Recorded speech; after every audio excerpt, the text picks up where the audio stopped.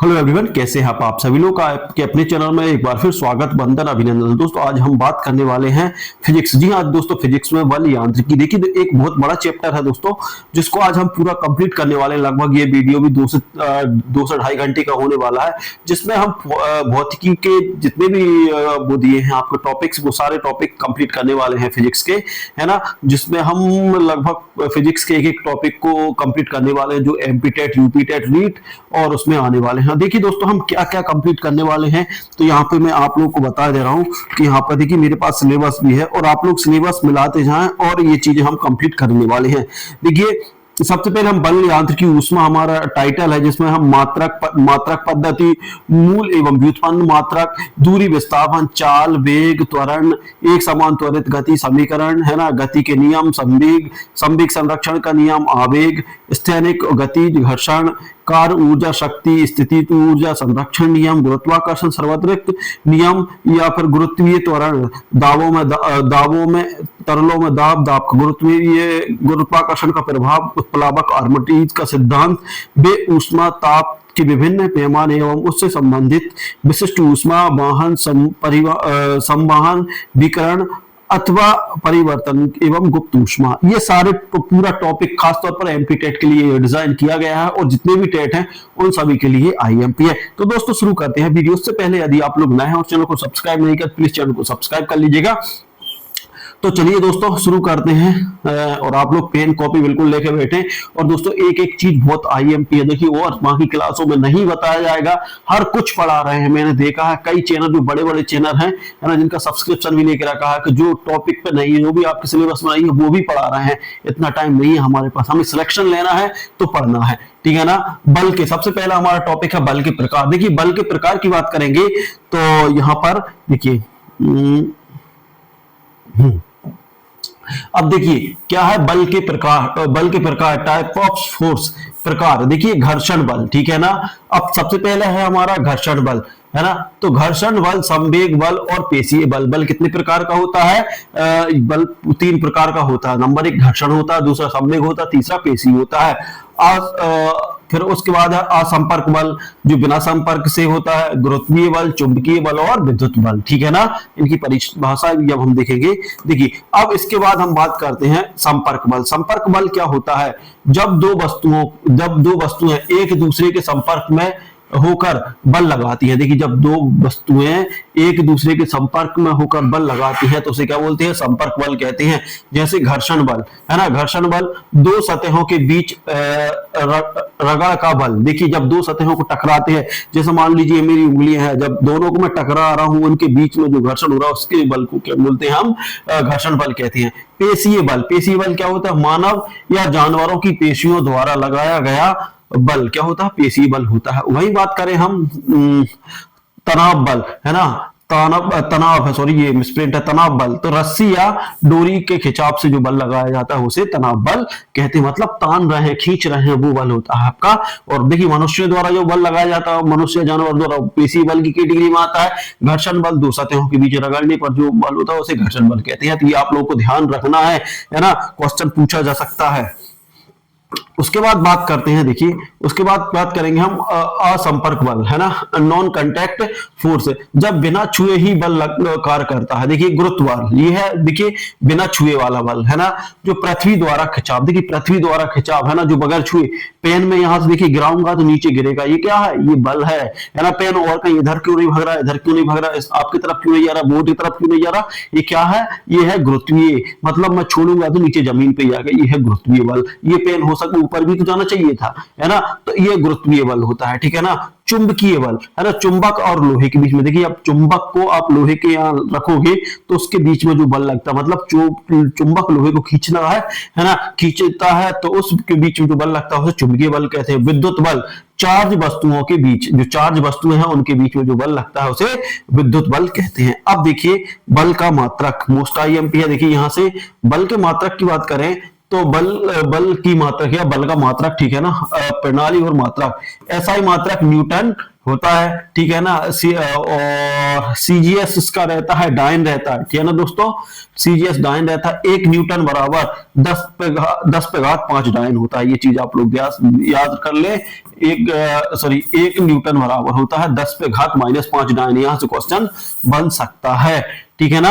अब बल के प्रभाव, अब इफेक्ट ऑफ बल, है ना। गति में परिवर्तन, गेंद को लात मारना। देखिए दोस्तों, जब प्रभाव होता है कि जब हम गेंद को लात मारते हैं तो गति में परिवर्तन हो जाता है, ठीक है ना दोस्तों। दिशा में परिवर्तन, क्रिकेट में गेंद की दिशा बदलना। देखिए जब क्रिकेट खेलते हैं तो गेंद की दिशा कैसे बदलते हैं, जब घुमाते हैं उसको, जब वो जमीन पर घलती है तो वो दिशा बदल जाती है ना। तो ये बल के प्रभाव होते हैं। अब बात करते हैं आगे। देखिए और क्या है प्रभाव, आकार परिवर्तन, स्प्रिंग को खींचा या दबाव देना। ये क्या है, इसमें आकार परिवर्तन होता है। वस्तु को स्थिर करना, चलते पहिए को रोकना। देखिए जब चलता पहिए को हम रोकते हैं तो उसको स्थित करते हैं, मतलब रोकते हैं। अब देखिए एमपीटेट के लिए क्या है खास, है ना। तो ये सारी चीजें देखिए आप लोगों के बड़े बहुत अच्छे से डिजाइन की हैं। बल का एसआई मात्रक न्यूटन होता है दोस्तों। गुरुत्व बल किस प्रकार का बल है, तो दोस्तों असंपर्क बल है। जो गुरुत्वीय बल है वो कैसा है, असंपर्क बल है, ठीक है ना। बल से वस्तुओं का क्या अब बदल सकता है, तो गति बदल सकती है, दिशा बदल सकती है, स्थिति बदल सकती है और आकार, है ना। ये सारी चीजें बल से बदल सकती है। देखिए गति, दिशा, स्थिति और आकार, ये सारी चीजें। आप कहेंगे सर आकार कैसे बदलेगा।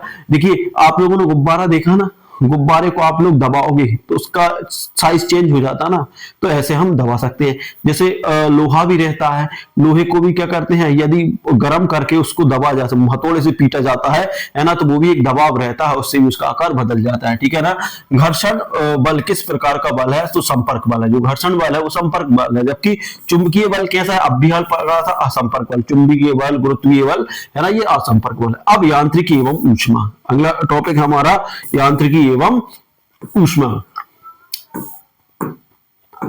देखिए यांत्रिकी एवं ऊष्मा, यांत्रिकी भौतिकी की वह शाखा है जिसमें हम वस्तुओं की गति, बल, कार्य और ऊर्जा का अध्ययन करते हैं। समझ गए ना। यांत्रिकी भौतिकी की वह शाखा है जिसमें हम वस्तुओं की गति, बल, कार्य एवं ऊर्जा का अध्ययन करते हैं। प्रमुख अवधारणा है गति। गति क्या होती है, परिभाषा, किसी वस्तु की स्थिति समय के साथ बदलना, है ना। या फिर यह बोल सकते हैं कि किसी समय वस्तु द्वारा तय की गई दूरी, उसकी किसी वस्तु की स्थिति, है ना, किसी वस्तु की, देखिए किसी वस्तु की स्थिति समय के साथ बदलना है। यदि मान लीजिए अभी एक वस्तु एक समय पर मान लो 2 बजे इधर है और 3 बजे यहां पहुंच रही है, तो क्या हो रहा है, इसकी क्या कर रहा है, ये अपनी क्या कर रहा है, वस्तु अपनी गति होती है, ये गति होती है, ठीक है, गति कर रहा है। अब गति की बात करें तो गति कितने प्रकार की होती है, एक रैखिक गति होती है, परिपथ गति, एक दोलन गति होती है ना। मोस्ट आईएमपी है वेग और त्वरण। देखिए यहां से वेग और त्वरण, वेग विस्थापन बटे समय होता है, जबकि त्वरण वेग में परिवर्तन की चाल बटे समय होता है, ठीक है ना। तो ये इनकी परिभाषा है।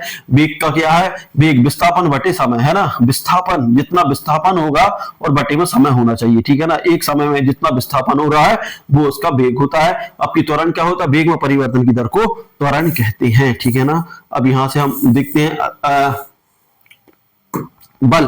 देखिए बल क्या है, वह कारक जो वस्तु की गति या स्थिति बदलता है वो क्या कहलाता है, बल कहलाता है। ऐसा ही मात्रक क्या है, न्यूटन है, ठीक है ना दोस्तों। अब उसके बाद है न्यूटन के गति के नियम, ठीक है ना। अब न्यूटन के गति के नियम देखते हैं तो प्रथम नियम क्या है दोस्तों, प्रथम नियम है जड़त्व का नियम, ठीक है दोस्तों। प्रथम नियम क्या है, जड़त्व का नियम है। द्वितीय नियम F बराबर m ए, जहां m द्रव्यमान होता m ए, ठीक है ना। और उसके बाद है तृतीय नियम, है ना। इनके हम विस्तार से चर्चा भी करने वाले हैं, जिन्हें एक्शन रिएक्शन, मतलब इसे क्रिया के साथ प्रतिक्रिया का नियम कहते हैं। उसके बाद कार्य, ऊर्जा और शक्ति की बात करने वाले हैं हम, ठीक है। कार्य, ऊर्जा, शक्ति, ठीक है। कार्य, देखिए कार्य, ऊर्जा, शक्ति, है ना। तो ये कार्य बराबर बल गुणित विस्थापन होता है। ऊर्जा के प्रकार गति और स्थिति ऊर्जा और शक्ति कार्य बटे समय होता है। अब गुरुत्वाकर्षण, देखिए गुरुत्वाकर्षण की बात करते हैं तो पृथ्वी द्वारा सभी वस्तुओं को अपनी ओर खींचना, ये क्या कहलाता है, गुरुत्वाकर्षण कहलाता है। गुरुत्वीय बल क्या होता है, G इंटू एम। देखिए G बराबर क्या होता है, गुरुत्वीय बल क्या होता है, G गुणित m1 इंटू m2 बटे आर स्क्वायर, ठीक है ना। ये उसका ये पहला ये प्रारंभिक द्रव्यमान और द्वितीय द्रव्यमान और बटे बीच की दूरी होती है ये, ठीक है। ऊष्मा की बात करने वाले हैं। ऊष्मा क्या है? ऊष्मा वह ऊर्जा है जो तापांतर के कारण एक वस्तु से दूसरी वस्तु में प्रवाहित होती है। देखिए ऊष्मा क्या है? ऊष्मा वह ऊर्जा है जो तापांतर के कारण एक वस्तु से दूसरी वस्तु में प्रवाहित होती है ना। प्रमुख अवधारणाएं। ताप, ताप क्या है? वस्तु की गर्मी, देखिए वस्तु की गर्मी की मात्रा का माप है, मात्रक है डिग्री सेल्सियस में और केल्विन में, ठीक है ना। उसके बाद बात करने वाले हम अगले, ये हमारा पूरा देखिए इसका ये हाईलाइट है ना, इसके बाद अब शुरू होने वाला हमारा टॉपिक। उसके बाद बात करते हैं ऊष्मा। देखिए ऊष्मा वह रूप है जो गर्मी के कारण प्रभावित होती है ना। इसका SI मात्रक जूल होता है। CGS पद्धति में हम देखते हैं तो ये इसका क्या होता है? मात्रक कैलोरी होता है। एक कैलोरी बराबर होता है 4.18 जूल, ये याद रख लेना है ना। तो ऊष्मा का एक कैलोरी बराबर कितना होता है? 4.18 जूल होता है। अब ऊष्मा के संचय के तरीके। देखिए ऊष्मा के संचय के तरीके क्या क्या है? नंबर 1 चालन, मतलब ठोस में जैसे लोहे की छड़ गर्म होना, ठीक है ना। ठोस चलायन क्या होता है? देखिए चलायन की बात करें, जैसे ठोस में क्या होता है? लोहे की छड़ को गर्म होना, उसमें ऊष्मा चलती है। संवहन की बात करें, तरल या गैसों में जैसे जल का उबलना होता है। विकिरण की बात करें तो निर्वात में सूर्य की ऊष्मा को पृथ्वी तक पहुंचना। उसके बाद बात करते हैं हम ऊष्माधारिता। किसी पदार्थ की ऊष्माधारिता क्या होता है? किसी पदार्थ की 1 ग्राम मात्रा तापमान पर 1 डिग्री सेल्सियस बढ़ाने में आवश्यक ऊष्मा, है ना। ताप विस्तार की बात करते हैं, वस्तु के तापमान बढ़ाने पर आयतन की लंबाई बढ़ती है। अब ऊष्मीय संतुलन की बात करते हैं, जब दो वस्तुएं एक ही तापमान पर होगी और ऊष्मा का आदान प्रदान नहीं होता, ठीक है ना। तो ये क्या होता है? ऊष्मीय संतुलन होता है जब दो वस्तुएं एक ही तापमान पर, है ना, होती हैं एवं ऊष्मा का आदान प्रदान नहीं होता, ठीक है। अब एमपीटेट में क्या आ सकता है? देखिए यहां से हम देखने वाले हैं तो ऊष्मा का SI मात्रक क्या होता है दोस्तों? ऊष्मा का देखिए ऊष्मा का SI मात्रक क्या होता है? जूल होता है। ये करना में तुम्हें। कार्य का मात्रक ये भी जूल होता है ना। ताप की SI मात्रक केल्विन होता है ना। बल बराबर क्या होता है? द्रव्यमान गुणित त्वरण। जहां देखिए जहां क्या है? F बराबर क्या होता है? बल बराबर A होता है द्रव्यमान, M क्या होता है? द्रव्यमान, और जबकि A क्या होता है? त्वरण, ठीक है ना। ये आप लोग को ध्यान रखना है, ठीक है। उसके बाद बात करते हैं ऊष्मा का संचरण निर्वात में कैसे होता है? तो विकिरण द्वारा होता है। ये क्वेश्चन पूछे जाते हैं दोस्तों। ऊष्मा का संचरण निर्वात में कैसे होता है? तो विकिरण द्वारा होता है। गुरुत्व बल का सूत्र क्या है? G into M1 into M2 बटे आर स्क्वायर, जहां M1 और M2 क्या है? द्रव्यमान, और R क्या है? उनके बीच की दूरी है, ठीक है ना। ऊष्मा और ताप में अंतर। हाँ, ताप ऊष्मा की ही तीव्रता है, ऊष्मा ऊर्जा का रूप है, ठीक है ना। अब मात्रक और पद्धति, है ना, यहां से हमारा शुरू होने वाला है चैप्टर अब दूसरा। अब बात करते हैं, देखिए मात्रक और पद्धति। मात्रक और पद्धति की बात करते हैं तो मात्रक क्या है? देखिए किसी भौतिक राशि की माप करने के लिए जिस मानक मात्रा का उपयोग किया जाता है उसे मात्रक कहते हैं। क्या कहते हैं? देखिए मान लो किसी भौतिक राशि को मापने के लिए जिस मात्रा का उपयोग, किसी भौतिक राशि की मात्रा को मापने के लिए जिस मात्रक का उपयोग किया जाता है उसे मात्रक कहते हैं, है ना दोस्तों। क्या कहते हैं? मात्रक। उदाहरण के लिए लंबाई का मात्रक मीटर है, द्रव्यमान का है किलोग्राम है, जबकि समय का क्या है दोस्तों? सेकंड है। ये आप लोगों को मात्रक याद होना चाहिए, ठीक है। उसके बाद बात है भौतिक राशियां और उनके मात्रक। ये IMP है ना। तो ये मोस्ट IMP इनको जरूर कर लेना। भौतिक राशियां एवं उनके मात्रक। भौतिक राशि, नाम और प्रतीक, ठीक है ना। लंबाई किसमें नापते हैं? मीटर में नापते हैं, इसका प्रतीक क्या है? M है। द्रव्यमान को किलोग्राम में, इसका kg है। समय को किसमें नापते हैं? सेकंड में नापते हैं, इसका S है। द्रव्यमान को किसमें नापते हैं? केल्विन में नापते हैं, इसका K है। विद्युत धारा को एम्पियर में नापते हैं, इसका A है ना। ज्योति तीव्रता को कैंडेला में नापते हैं, है ना दोस्तों। ये क्वेश्चन पूछे जाते हैं, है ना। पदार्थ की मात्रा को मूल में नापते हैं, किस में नापते हैं दोस्तों? मूल में नापते हैं। यह सभी SI मतलब इंटरनेशनल सिस्टम, SI का फुल फॉर्म क्या है? इंटरनेशनल सिस्टम के मौलिक मात्रक हैं, जबकि फंडामेंटल यूनिट हैं। और फंडामेंटल क्या है? इसके यूनिट हैं। अब बात करते हैं हम SI पद्धति। अब SI मतलब SI पद्धति क्या होती है? इंटरनेशनल सिस्टम ऑफ यूनिट, है ना। अब देखिए यह एक अंतरराष्ट्रीय रूप से स्वीकृत मात्रक पद्धति है जिसमें 7 मौलिक मात्रक होते हैं। कितने होते हैं? 7 मौलिक मात्रक होते हैं। एसआई पद्धति के लाभ सभी देशों में समान है। देखिए जो एसआई पद्धति है, इंटरनेशनल जो वो है ना, तो ये देखिए एसआई मात्रक क्या है? इंटरनेशनल है, अंतरराष्ट्रीय है। तो ये क्या होता है कि सभी देशों में, जितने भी देश हैं पूरी दुनिया में, उनमें सभी में ये सब सेम मात्रक चलते हैं, जिससे इनकी क्वांटिटी लेने में और देने में कोई दिक्कत नहीं होती है ना। ये दो और वैज्ञानिक रूप से मानवीकृत हैं, और ये वैज्ञानिक रूप से क्या है? मानवीकृत हैं, जटिलताओं से मुक्त हैं, और जटिलताओं से क्या है दोस्तों? ये मुक्त है। अब एसआई पद्धति के उपसर्ग, अब देखिए उपसर्ग की बात करते हैं। उपसर्ग किलोग्राम, देखिए किलोग्राम, किलो में हम इसको क्या लिख सकते हैं? 10 पे घात 3 या 1000, 1000 मीटर उसके किलो उसके बराबर होता है, ठीक है ना। हेक्टो, हेक्टो को क्या मिलता है? 10 पे घात 2, डेसी, डेसी पे 10 पे घात -1, सेंटी, सेंटी के में होता है 10 पे घात -2, मिली, मिली का मतलब रहता है 10 पे घात -3, और माइक्रो, माइक्रो का मतलब होता है 10 पे घात -6, और नैनो का मतलब 10 पे घात 9। उदाहरण के लिए 1 किलोमीटर बराबर 1000 मीटर, जबकि 1 मिलीग्राम बराबर कितना होता है? 0.01 ग्राम, ठीक है ना। तो आप इसको अच्छे से रख ले, है ना, और ये गुणांक भी दिए हैं इसके, ठीक है ना। तो यदि हम किलो की बात करें तो ये किलो है, ये हेक्टो है, ये डेसी है, ये सेंटी है, ये मिली है, और म्यू है, ये एन है, ठीक है ना। एमपी टेट में देखिए, एमपी टेट में क्या पूछा जाता है? एमपी टेट में ये पूछा जाएगा, है ना, टेट जो भी एग्जाम है, लंबाई का एसआई मात्रक क्या है दोस्तों? मीटर है, ठीक है ना। द्रव्यमान का एसआई मात्रक किलोग्राम है। एसआई पद्धति में ताप का मापक केल्विन होता है। विद्युत धारा का मात्रक एम्पियर होता है। एसआई पद्धति में कुल कितने मौलिक मात्रक होते हैं? 207 होते हैं, है ना। 1 किलोग्राम में कितने ग्राम होते हैं? तो 1000 ग्राम होता है। माइक्रो का प्रतीक होता है, माइक्रो का होता है म्यू, इसको क्या बोलते हैं दोस्तों? म्यू। माइक्रो का प्रतीक क्या होता है? म्यू होता है। अब मूल एवं व्युत्पन्न मात्रक, ठीक है ना दोस्तों। अब यहां से हम मूल देखते हैं। मात्रक, मात्रक क्या है ना। मात्रक क्या है? यहां पर किसी भौतिक राशि को मापने के लिए प्रयुक्त मानक को मात्रक कहते हैं। देखिए हम किसी भौतिक राशि को माप रहे हैं तो उसको क्या बोलते हैं? आप मात्रक कहते हैं। किसी भौतिक राशि को मापने के लिए प्रयुक्त मानक को ही मात्रक कहा जाता है। मूल मात्रक, मूल मात्रक क्या है? वे मात्रक जो स्वयं में स्वतंत्र होते हैं और जिनके अन्य मात्रक निकाले जाते हैं उन्हें मूल मात्रक कहते हैं। देखिए दोस्तों, वे मात्रक जो स्वयं में क्या होते हैं? वे मात्रक जो स्वयं में स्वतंत्र होते हैं और जिनसे अन्य मात्रक निकाले जाते हैं उन्हें क्या कहते हैं दोस्तों? उनको मूल मात्रक, उनको क्या कहते हैं दोस्तों? उनको मूल मात्रक कहते हैं, ठीक है ना। उनको बोलते हैं हम मूल मात्रक, ठीक है। अब उसके बाद बात करते हैं हम आगे। देखिए एसआई पद्धति में 7 मूल मात्रक होते हैं, ये आप लोग ध्यान रख लेना। देखिए बार बार एक चीज को बता रहा हूं मैं, भौतिक राशि और एसआई मात्रक। लंबाई मीटर होता है ना। द्रव्यमान किलोग्राम होता है, जबकि समय सेकंड होता है। तापमान केल्विन होता है। विद्युत धारा एम्पियर होता है। ज्योति तीव्रता कैंडेला होता है, और पदार्थ की मात्रा मूल होता है।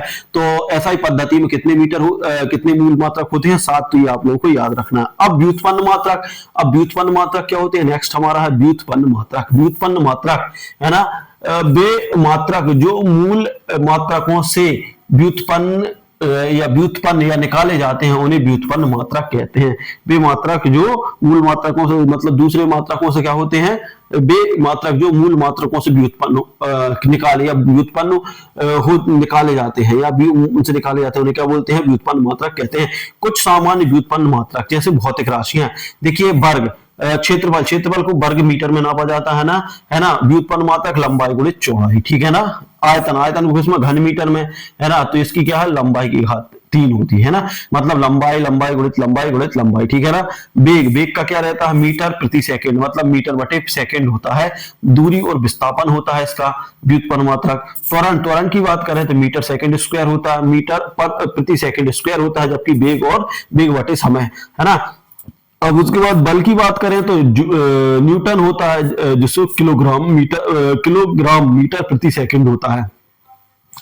वर्ग की बात करें, कार्य, कार्य जूल होता है, जिसे न्यूटन मीटर में निकाला जाता है, ठीक है ना। तो ये इसके व्युत्पन्न सूत्र हैं, ठीक है। अब उसके बाद बात करते हैं भौतिक राशियां, ठीक है ना। भौतिक, देखिए भौतिक राशियां SI मात्रक, प्रति और व्युत्पन्न। दाब, दाब का बात करें, दाब किसमें नापा जाता है, इसका SI मात्रक पास्कल है, PA और न्यूटन मीटर स्क्वायर होता है। शक्ति की बात करें तो शक्ति को वाट में नापा जाता है, प्रतीक वाट है, जूल प्रति सेकंड होता है इसका मात्रक। आवृत्ति की बात करें हर्ट्ज, इसको किसमें जेट से मापा, प्रति सेकंड 1/s है ना, प्रति सेकंड की बात होता है। मूल बनाम व्युत्पन्न मात्रक की अंतरराष्ट्रीय अंतर सारणी, ठीक है ना।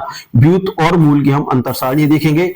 अब देखिए सबसे पहले हम बात करते हैं परिभाषा। ये स्वतंत्र और मूल मात्रक हैं, मूल मात्रकों से ये व्युत्पन्न है, ठीक है ना। संख्या में SI 7 है, ये अनगिनत सैकड़ों हैं। उदाहरण के लिए मीटर, किलोग्राम है ना, सेकंड, और इसमें न्यूटन, जूल, पास्कल, वाट होता है। निर्माण मूलभूत, कहां से, दो या दो से अधिक मूल मात्रकों से बने होते हैं जी, ठीक है ना। अब देखिए दोस्तों एमपी टेट में क्या आ सकता है ना, जो टेट है उनमें क्या पूछा जा सकता है। देखिए SI पद्धति में कुल कितने मूल मात्रक होते हैं, तो दोस्तों कितने होते हैं, 7 होते हैं। बल का SI मात्रक क्या है, न्यूटन है। जबकि वेग का मात्रक क्या है दोस्तों, मीटर प्रति सेकंड है।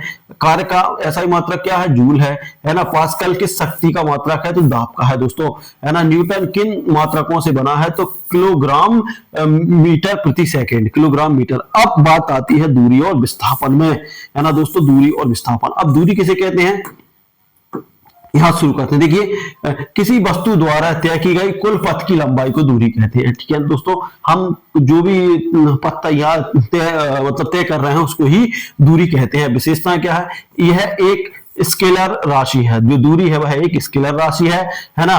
केवल परिणाम होता है, दिशा नहीं होती। देखिए इसमें केवल परिणाम होता, दिशा नहीं होती। अब क्या होगा कि आप एक कमरे में घूमते रहो, उसमें 10 20 50 चक्कर लगा दो, तो आपका क्या रहेगा, उसमें परिणाम आएगा कि हमने इतने चले, लेकिन दिशा नहीं रहेगी कि कितनी दिशा चली, ठीक है ना। यह हमेशा धनात्मक होती है। देखिए दूरी हमेशा क्या रहती है, धनात्मक रहती है। क्वेश्चन आता है कि दूरी कैसी रहती है, ऋणात्मक है, धनात्मक है, सदिश है, अदिश है ना। तो ये चीजें आपको ध्यान रखना है।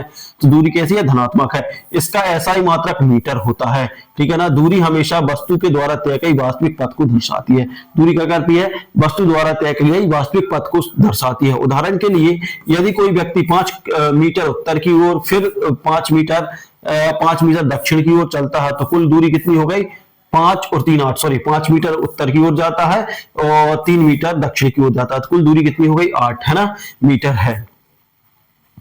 अब विस्थापन की बात करते हुए हम विस्थापन क्या होता है, विस्थापन की बात करेंगे तो विस्थापन क्या है, वस्तु की प्रारंभिक स्थिति से अंकित स्थिति के बीच, जो प्रारंभिक स्थिति है और अंकित स्थिति के बीच सीधी दूरी जिससे दिशा रहित मापा जाता है, उसे को विस्थापन कहते हैं। देखिए दोस्तों क्या होता है, ऐसा होता है विस्थापन। देखिए ये कोई दूरी है, यहां से कोई व्यक्ति इधर गया और इधर से कोई व्यक्ति इधर आ गया, ठीक है ना। तो विस्थापन कहां से नापा जाएगा, यहां से नापा जाएगा। जबकि दूरी कैसे नापी जाएगी, देखिए दूरी यहां से नापी जाती है, ये दूरी है। यहां से मान लो 5 मीटर ये गया, फिर उसके बाद 6 मीटर इधर आ गया, तो टोटल दूरी कितनी हो गई, यहां से यहां तक 5 और 6 कितना हो गया, 11। जबकि विस्थापन क्या रहेगा, विस्थापन यहां से नापे जाएंगे, यहां से जो दूरी रहेगी ये विस्थापन है। ये क्या है दोस्तों, विस्थापन, ये सीधा नापा जाता है, ठीक है ना। यही है वस्तु के प्रारंभ की स्थिति से अंतिम स्थिति के बीच की सीधी दूरी, मतलब सीधी दूरी कितना है ना, जिसे बोलते हैं हम पगडंडी अपनी भाषा में, है ना, जिससे दिशा सहित मापा जाता है को विस्थापन कहते हैं। अब विस्थापन की विशेषता यह है, एक वेक्टर राशि है। क्या है दोस्तों, यह वेक्टर राशि है। वेक्टर कैसा है, इसमें परिणाम के लिए दिशा दोनों होते हैं। देखिए इसमें परिणाम भी रहता है, देखिए परिणाम आएगा जो भी यहां पर आएगा और दिशा रहेगी कि किस दिशा में है, ठीक है ना।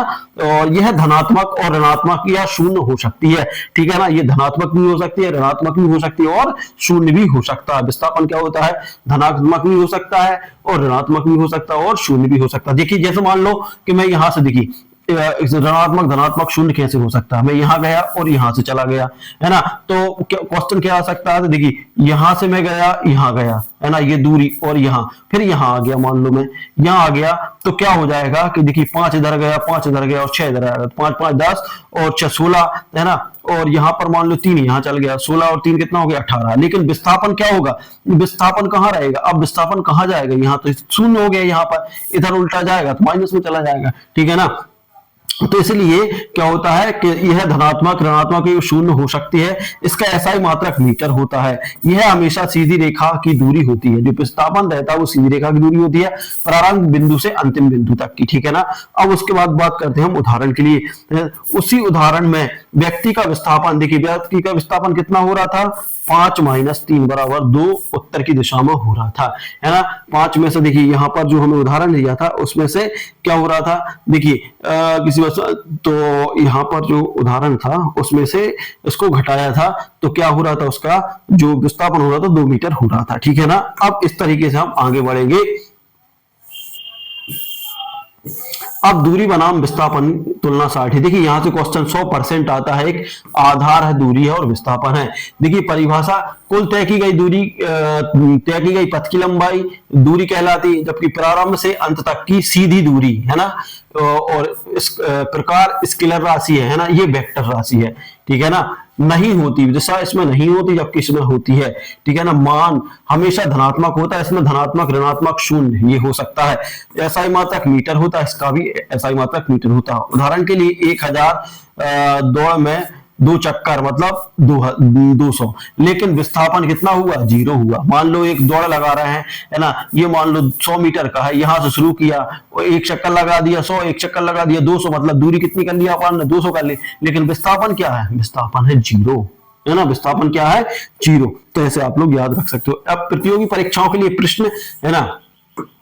देखिए दूरी किस प्रकार की राशि है, तो स्केलर राशि है। स्केलर मतलब कि जिसको मापा जा सकता है, जिसमें एक परिणाम निकलता है, ठीक है ना दोस्तों।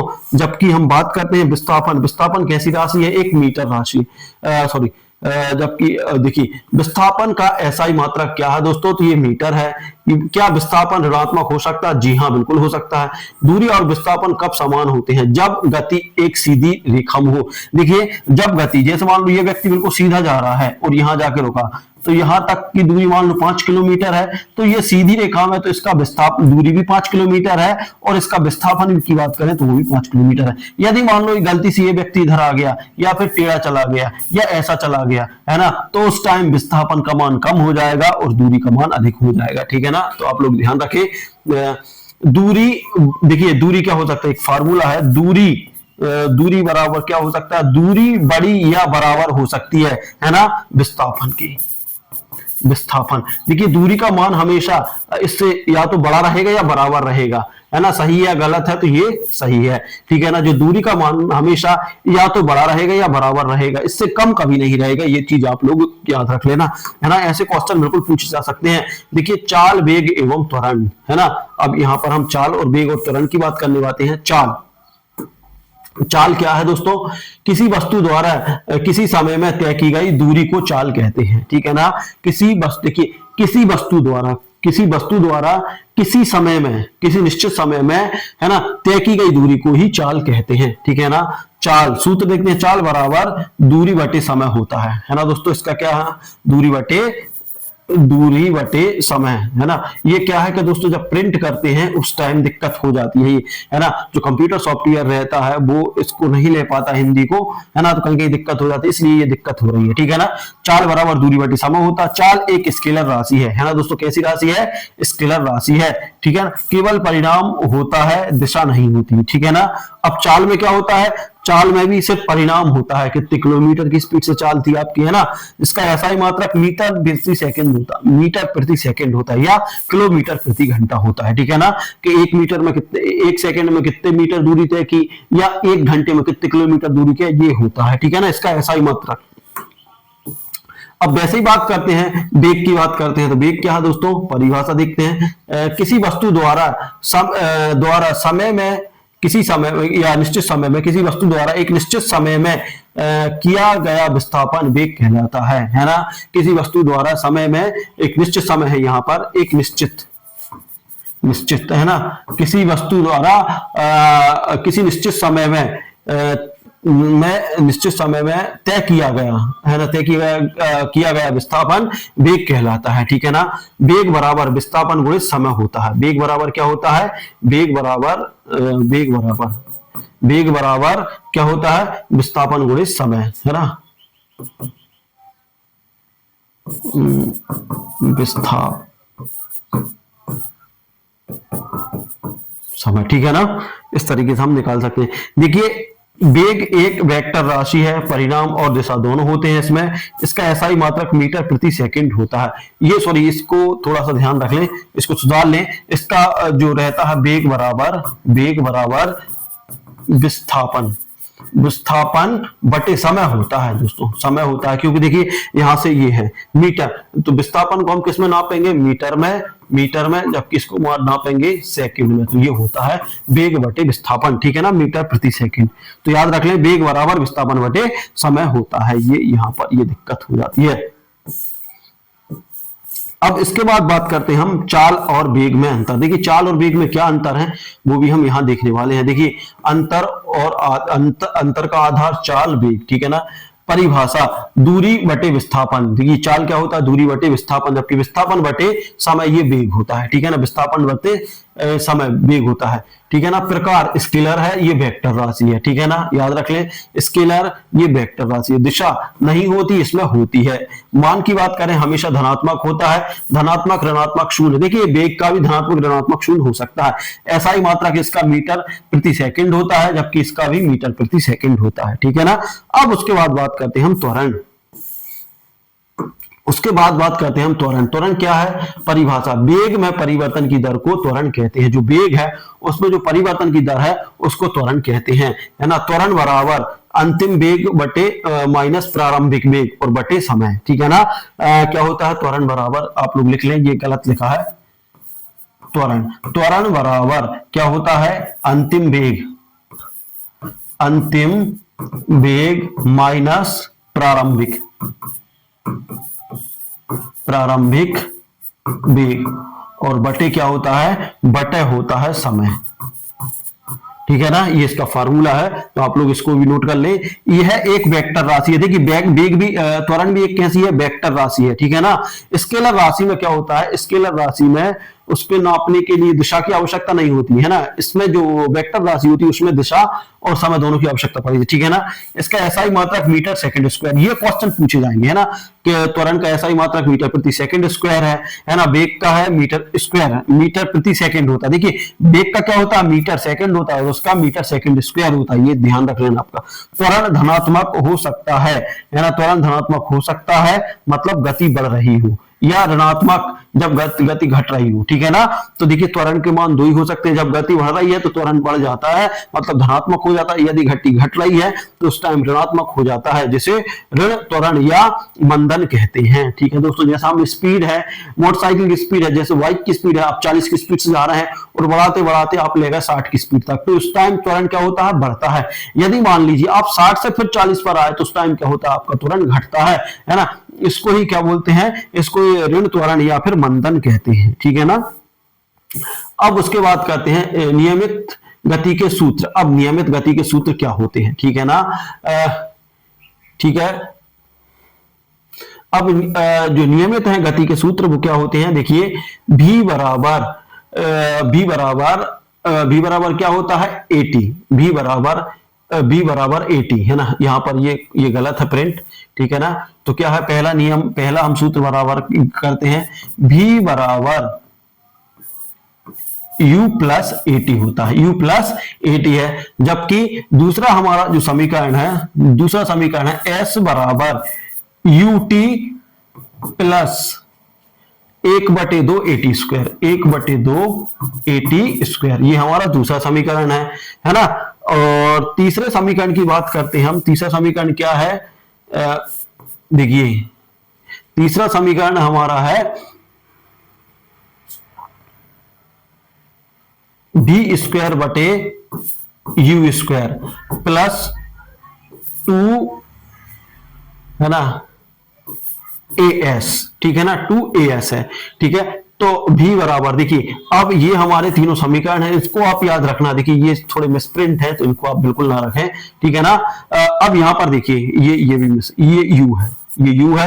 ये u क्या होता है, प्रारंभिक वेग होता है, v क्या होता है दोस्तों, अंतिम वेग होता है, a क्या होता है, त्वरण होता है, s क्या होता है, विस्थापन होता है, और t क्या होता है, समय होता है। ये तीनों चीजें, चारों चीजें मिलती है इसमें। देखिए प्रारंभिक वेग, अंतिम वेग, त्वरण, विस्थापन, समय, है ना। तो ये आपको समीकरण याद रखना है कि v बराबर u प्लस at होता है ना। सेकंड समीकरण क्या होता है, s बराबर ut प्लस 1/2 AT स्क्वायर होता है ना। और तीसरा समीकरण क्या होता है, v स्क्वायर बराबर u स्क्वायर प्लस 2as होता है, ठीक है ना। तो ये आप लोगों को ध्यान रखना है।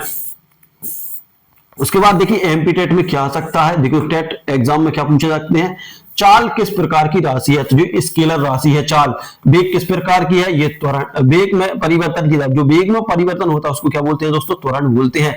चाल और वेग में क्या अंतर है, चाल में देखिए, चाल में दिशा नहीं, वेग में हाँ, वेग में होती है। देखिए चाल में दिशा नहीं होती, चाल कहीं भी हो सकती है ना, जबकि वेग में दिशा होती है, ठीक है ना। एसआई मात्रक चाल का तो मीटर प्रति सेकंड होता है। ऋणात्मक त्वरण को क्या कहते हैं, ऋणात्मक त्वरण को मंदन कहते हैं, ठीक है ना दोस्तों। वेग बराबर विस्थापन बटे क्या होता है, समय, विस्थापन बटे समय होता है।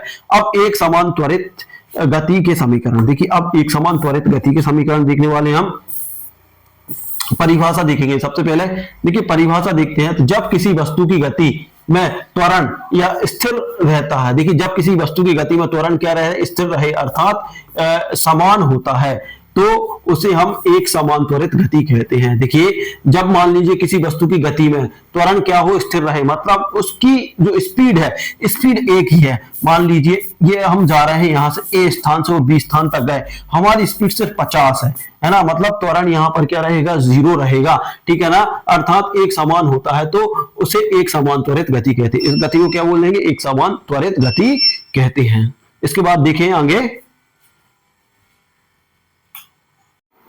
तो दोस्तों हम त्वरित गति की बात कर रहे थे। देखिए दोस्तों बीच में लाइट चली गई थी और इन्वर्टर बैठ गया था, तो इसलिए ये हो गया। देखिए त्वरित गति पर हम थे, तो त्वरित गति को यहां से शुरू करेंगे। देखिए जब किसी वस्तु की गति त्वरण स्थिर रहता है, जिसमें त्वरण स्थिर अर्थात एक समान होता है, तो उसे एक समान त्वरित गति कहते हैं, ठीक है ना। यदि संकेत की, प्रमुख संकेत की बात करें, तो देखिए संकेत इसमें क्या है, देखिए ये u है, ये प्रारंभिक वेग होता है, इसको मीटर सेकंड में इसका मात्रक होता है ना। और v की बात करें तो ये अंतिम वेग होता है, इसका भी मीटर प्रति सेकंड होता है। वही बात करें a की, तो a क्या होता है, त्वरण होता है, और इसका मात्रक क्या होता है, मीटर प्रति सेकंड स्क्वायर, है ना, मीटर प्रति सेकंड स्क्वायर होता है। वहीं s की बात करें तो ये विस्थापन होता है, इसका मात्रक मीटर होता है, और t का मतलब रहता है समय या सेकंड, है ना दोस्तों। ये मिसप्रिंट हुए हैं तो इनको आप भूलना, a है सिर्फ इनके, है ना, एक एक अक्षर है। अब तीन प्रमुख गति के समीकरण, देखिए तीन प्रमुख गति के समीकरण कौन कौन से हैं। सबसे पहले v बराबर, देखिए v बराबर u प्लस at, है ना, ये पहला है। दूसरे की बात करें, देखिए पहले की बात करिए, v बराबर u प्लस at है। इसका अर्थ है कि देखिए अंतिम वेग, जो v का मान है वो v क्या रहता है, अंतिम वेग, प्रारंभिक वेग प्लस त्वरण गुणित समय, ये होता है ना। ये यदि पूछ ले तो इसका मान क्या होता है, जो v रहता है अंतिम वेग, u रहता है प्रारंभिक वेग, है ना, u plus at into t, है ना, a का मतलब है त्वरण और t का मतलब रहता है समय, ठीक है ना। अब समीकरण तो v बराबर u प्लस 1/2 AT स्क्वायर। जो नेक्स्ट समीकरण है हमारा दूसरा, तो क्या है, s बराबर ut प्लस 1/2 AT स्क्वायर, ये हमारा दूसरा समीकरण है ना, दूसरा समीकरण है। तो देखिए इसका भी वही है, जो s क्या है हमारा विस्थापन है, u हमारा क्या है प्रारंभिक वेग है ना, प्लस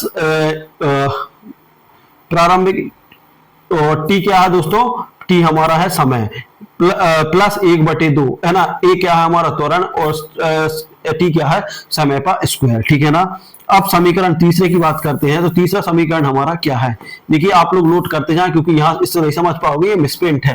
तो ये क्या है, v स्क्वायर बराबर u स्क्वायर प्लस 2as है ना, जहां पर ये क्या, v क्या है अंतिम वेग का स्क्वायर, देखिए अंतिम वेग, है ना, u क्या है प्रारंभिक वेग का स्क्वायर, प्लस 2 यानी 2, a यानी त्वरण और विस्थापन, इस तरीके से, ठीक है ना। महत्वपूर्ण बात है, क्या है महत्वपूर्ण, इसमें बात करते हैं, यह सभी समीकरण मान्य है जबकि गति रैखिक सीधी रेखा में हो।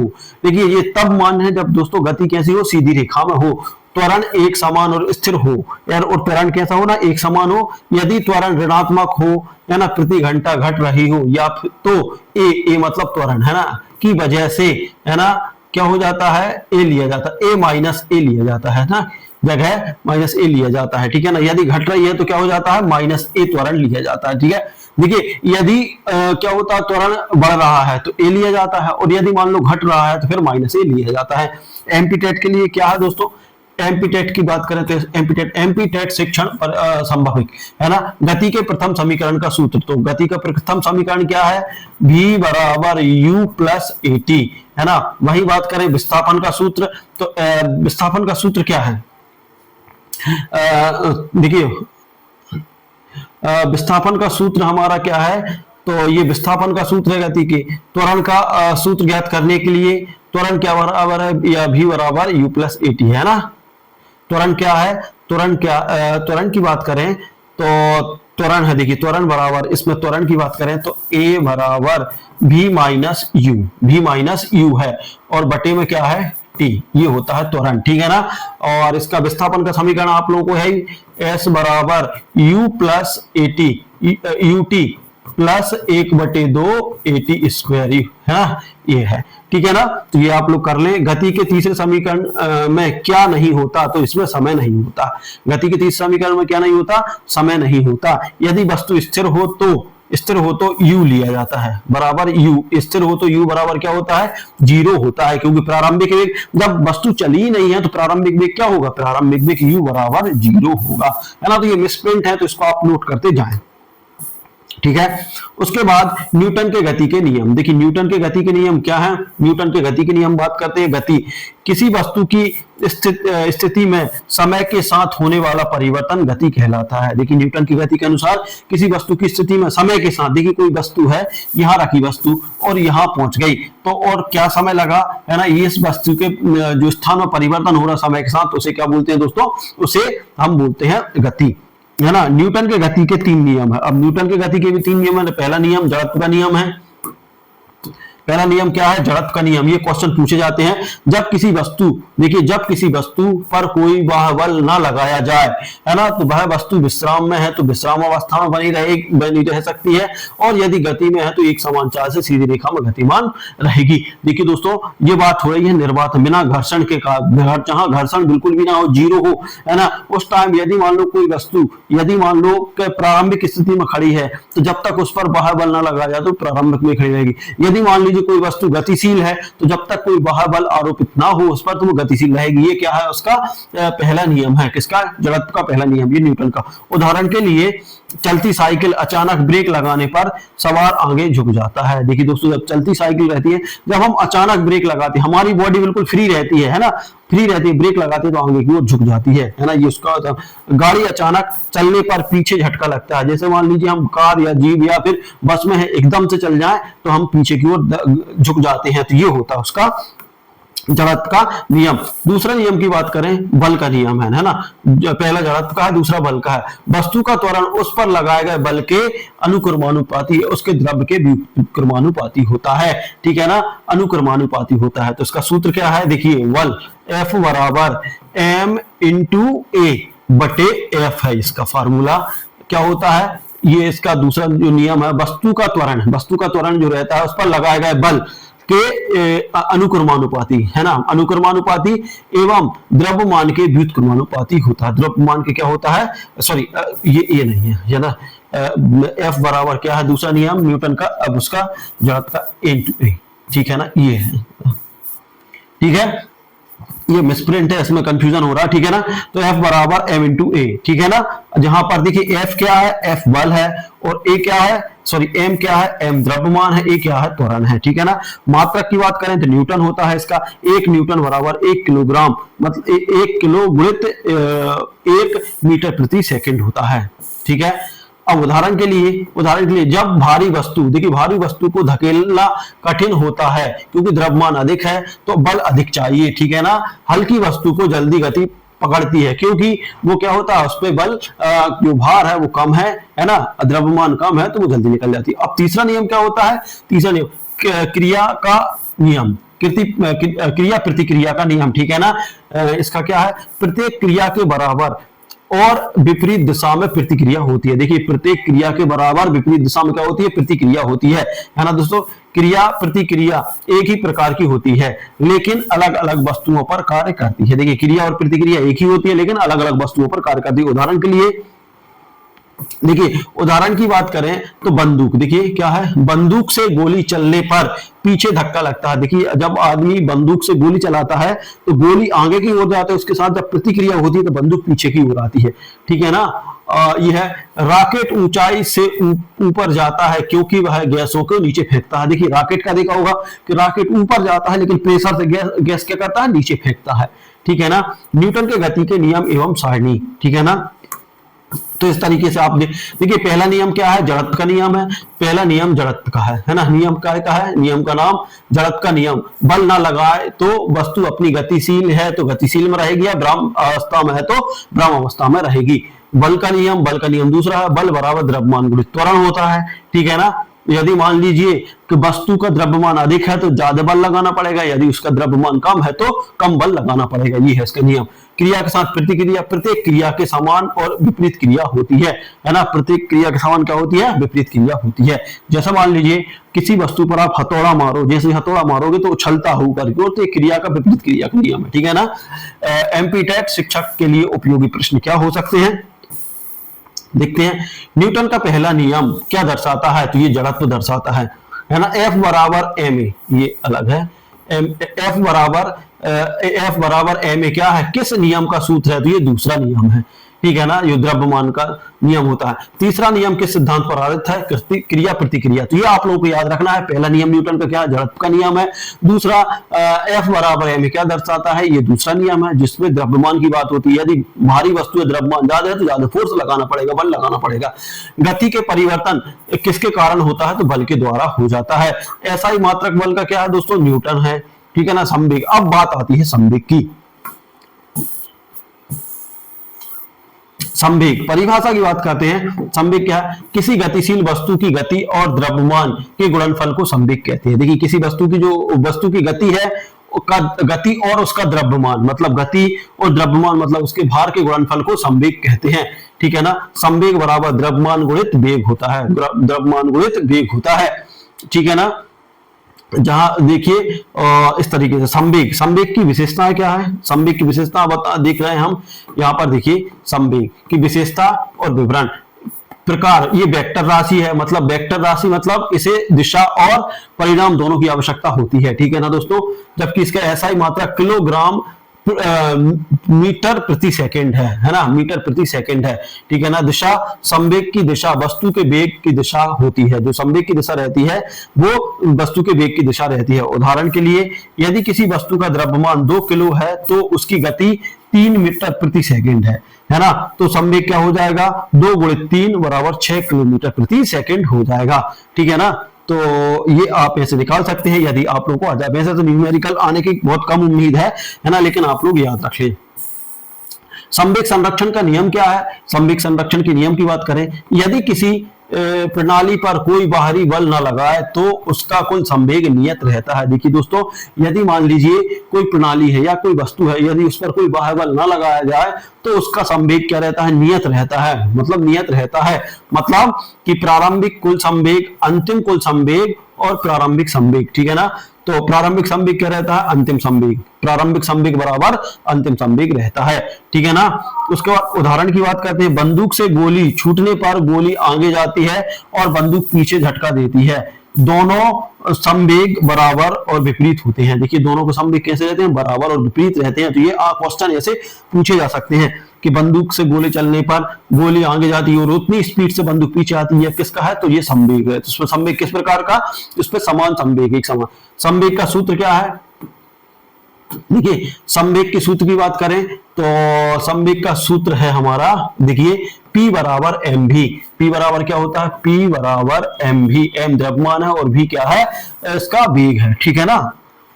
तो ये स्प्रिंट है, ठीक है ना। संवेग किस प्रकार की राशि है, तो ये वेक्टर राशि है। संवेग का एसआई मात्रक किलोग्राम मीटर प्रति सेकंड है, किलोग्राम मीटर प्रति सेकंड है। संवेग संरक्षण कब होता है, जब कोई बाहरी बल ना लगे, ठीक है ना। संवेग संरक्षण कब होगा दोस्तों, जब कोई बाहरी बल ना हो लगे। यदि वस्तु विश्राम में हो तो संवेग क्या होगा, जीरो होगा, ठीक है ना।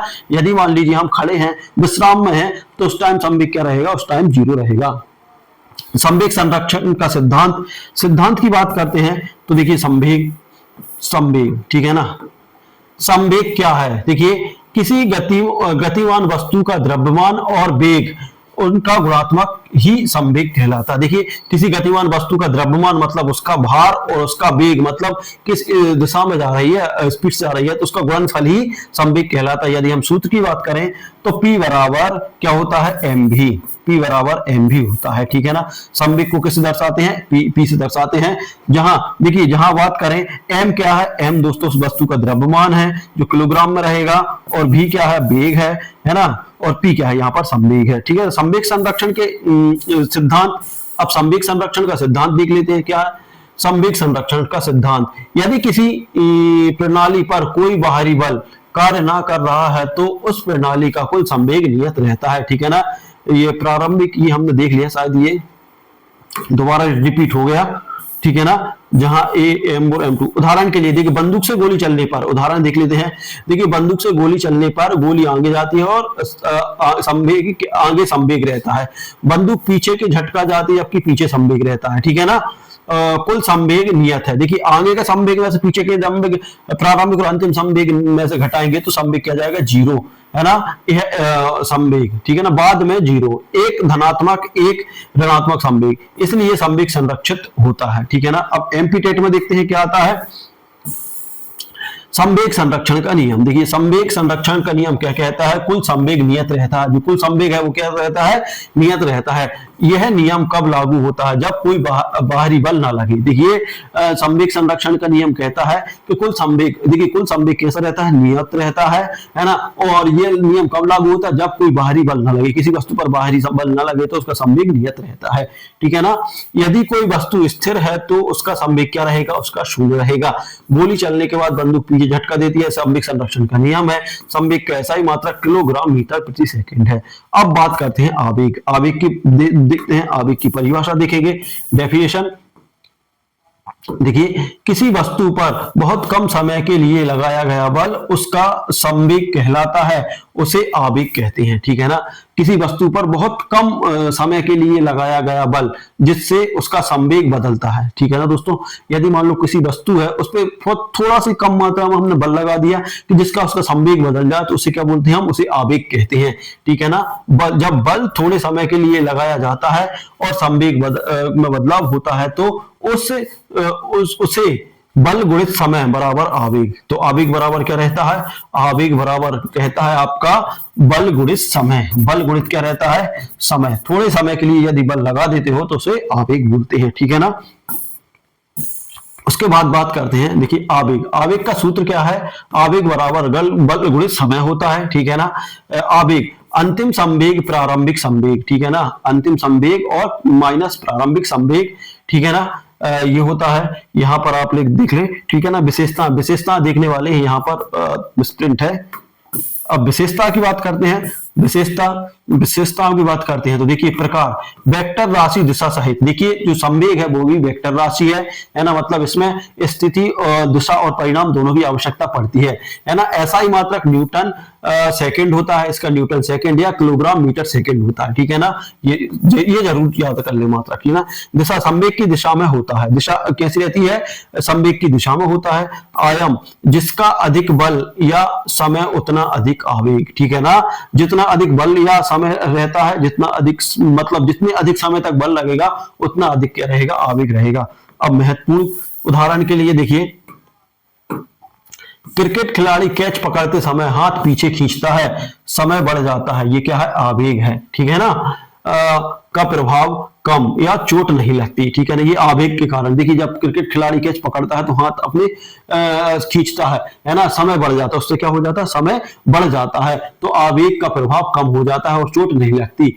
हथौड़े से पत्थर तोड़ना बहुत कम समय में उच्च बल, है ना। आवेग अधिक होता है, पत्थर टूट जाता है, ठीक है ना। एयर बैग, दुर्घटना में शरीर पर लगने वाला बल लंबे समय में लगता है, चोट कम है, ठीक है ना दोस्तों। तो इस तरीके से ये इसके उदाहरण है। आवेग और संवेग का संबंध देखिए, आवेग और संवेग का संबंध क्या है। आवेग संवेग में परिवर्तन, संवेग में परिवर्तन या आवेग बराबर संवेग में परिवर्तन होता है। देखिए जो संवेग रहता है उसमें जब थोड़ा सा बल लगा दे उसमें जो परिवर्तन होता है, तो बल लगाने पर संवेग में जो परिवर्तन हो उसे ही आवेग कहते हैं। ये होता है इसकी डेफिनेशन, यानी जब वस्तु का वेग बदलता है तो उसे आवेग लगा होता है। देखिए जब वस्तु का वेग बदलता है तो उसमें क्या लगा रहता है, आवेग लगा रहता है। एमपी टेट शिक्षक के लिए उपयोगी क्या क्या है, तो वो देख लीजिए। यहां पर देखिए आवेग का सूत्र है ना, तो इसका आवेग का सूत्र क्या है, यहां पर F बराबर, आवेग का सूत्र क्या है, F बराबर क्या है, एम भी होता है। F बराबर क्या होता है, एम भी होता है। आवेग का SI मात्रा क्या है, न्यूटन सेकंड, है ना, न्यूटन सेकंड या फिर न्यूटन किलोग्राम न्यूटन प्रति सेकंड होता है। आवेग किस प्रकार की राशि है, तो ये वेक्टर राशि है। आवेग का संवेग से क्या संबंध है, आवेग संवेग में परिवर्तन, ठीक है ना। क्रिकेट खिलाड़ी कैच लेते समय हाथ पीछे खींचता है, किसके कारण, आवेग कम करने के लिए, ठीक है ना। अब स्थैतिक एवं गतिज घर्षण, इसके बाद हम देखते हैं स्थैतिक एवं गतिज घर्षण।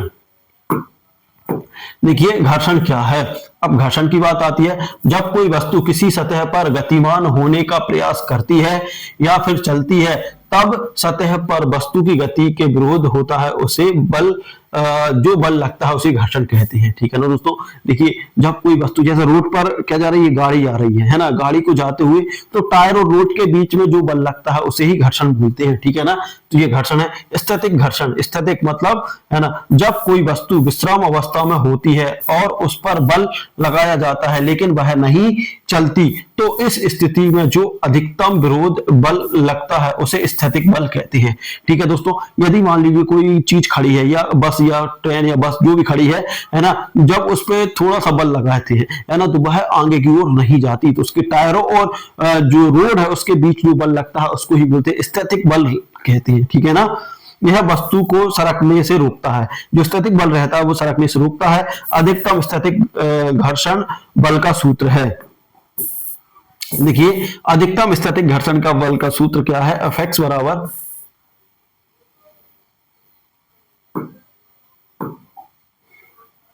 देखिए Fs बड़ा है छोटा μs से, है ना। ये इस तरीके से, ये यहाँ पे क्लियर नहीं हो रहा, आगे हम इसको क्लियर करेंगे।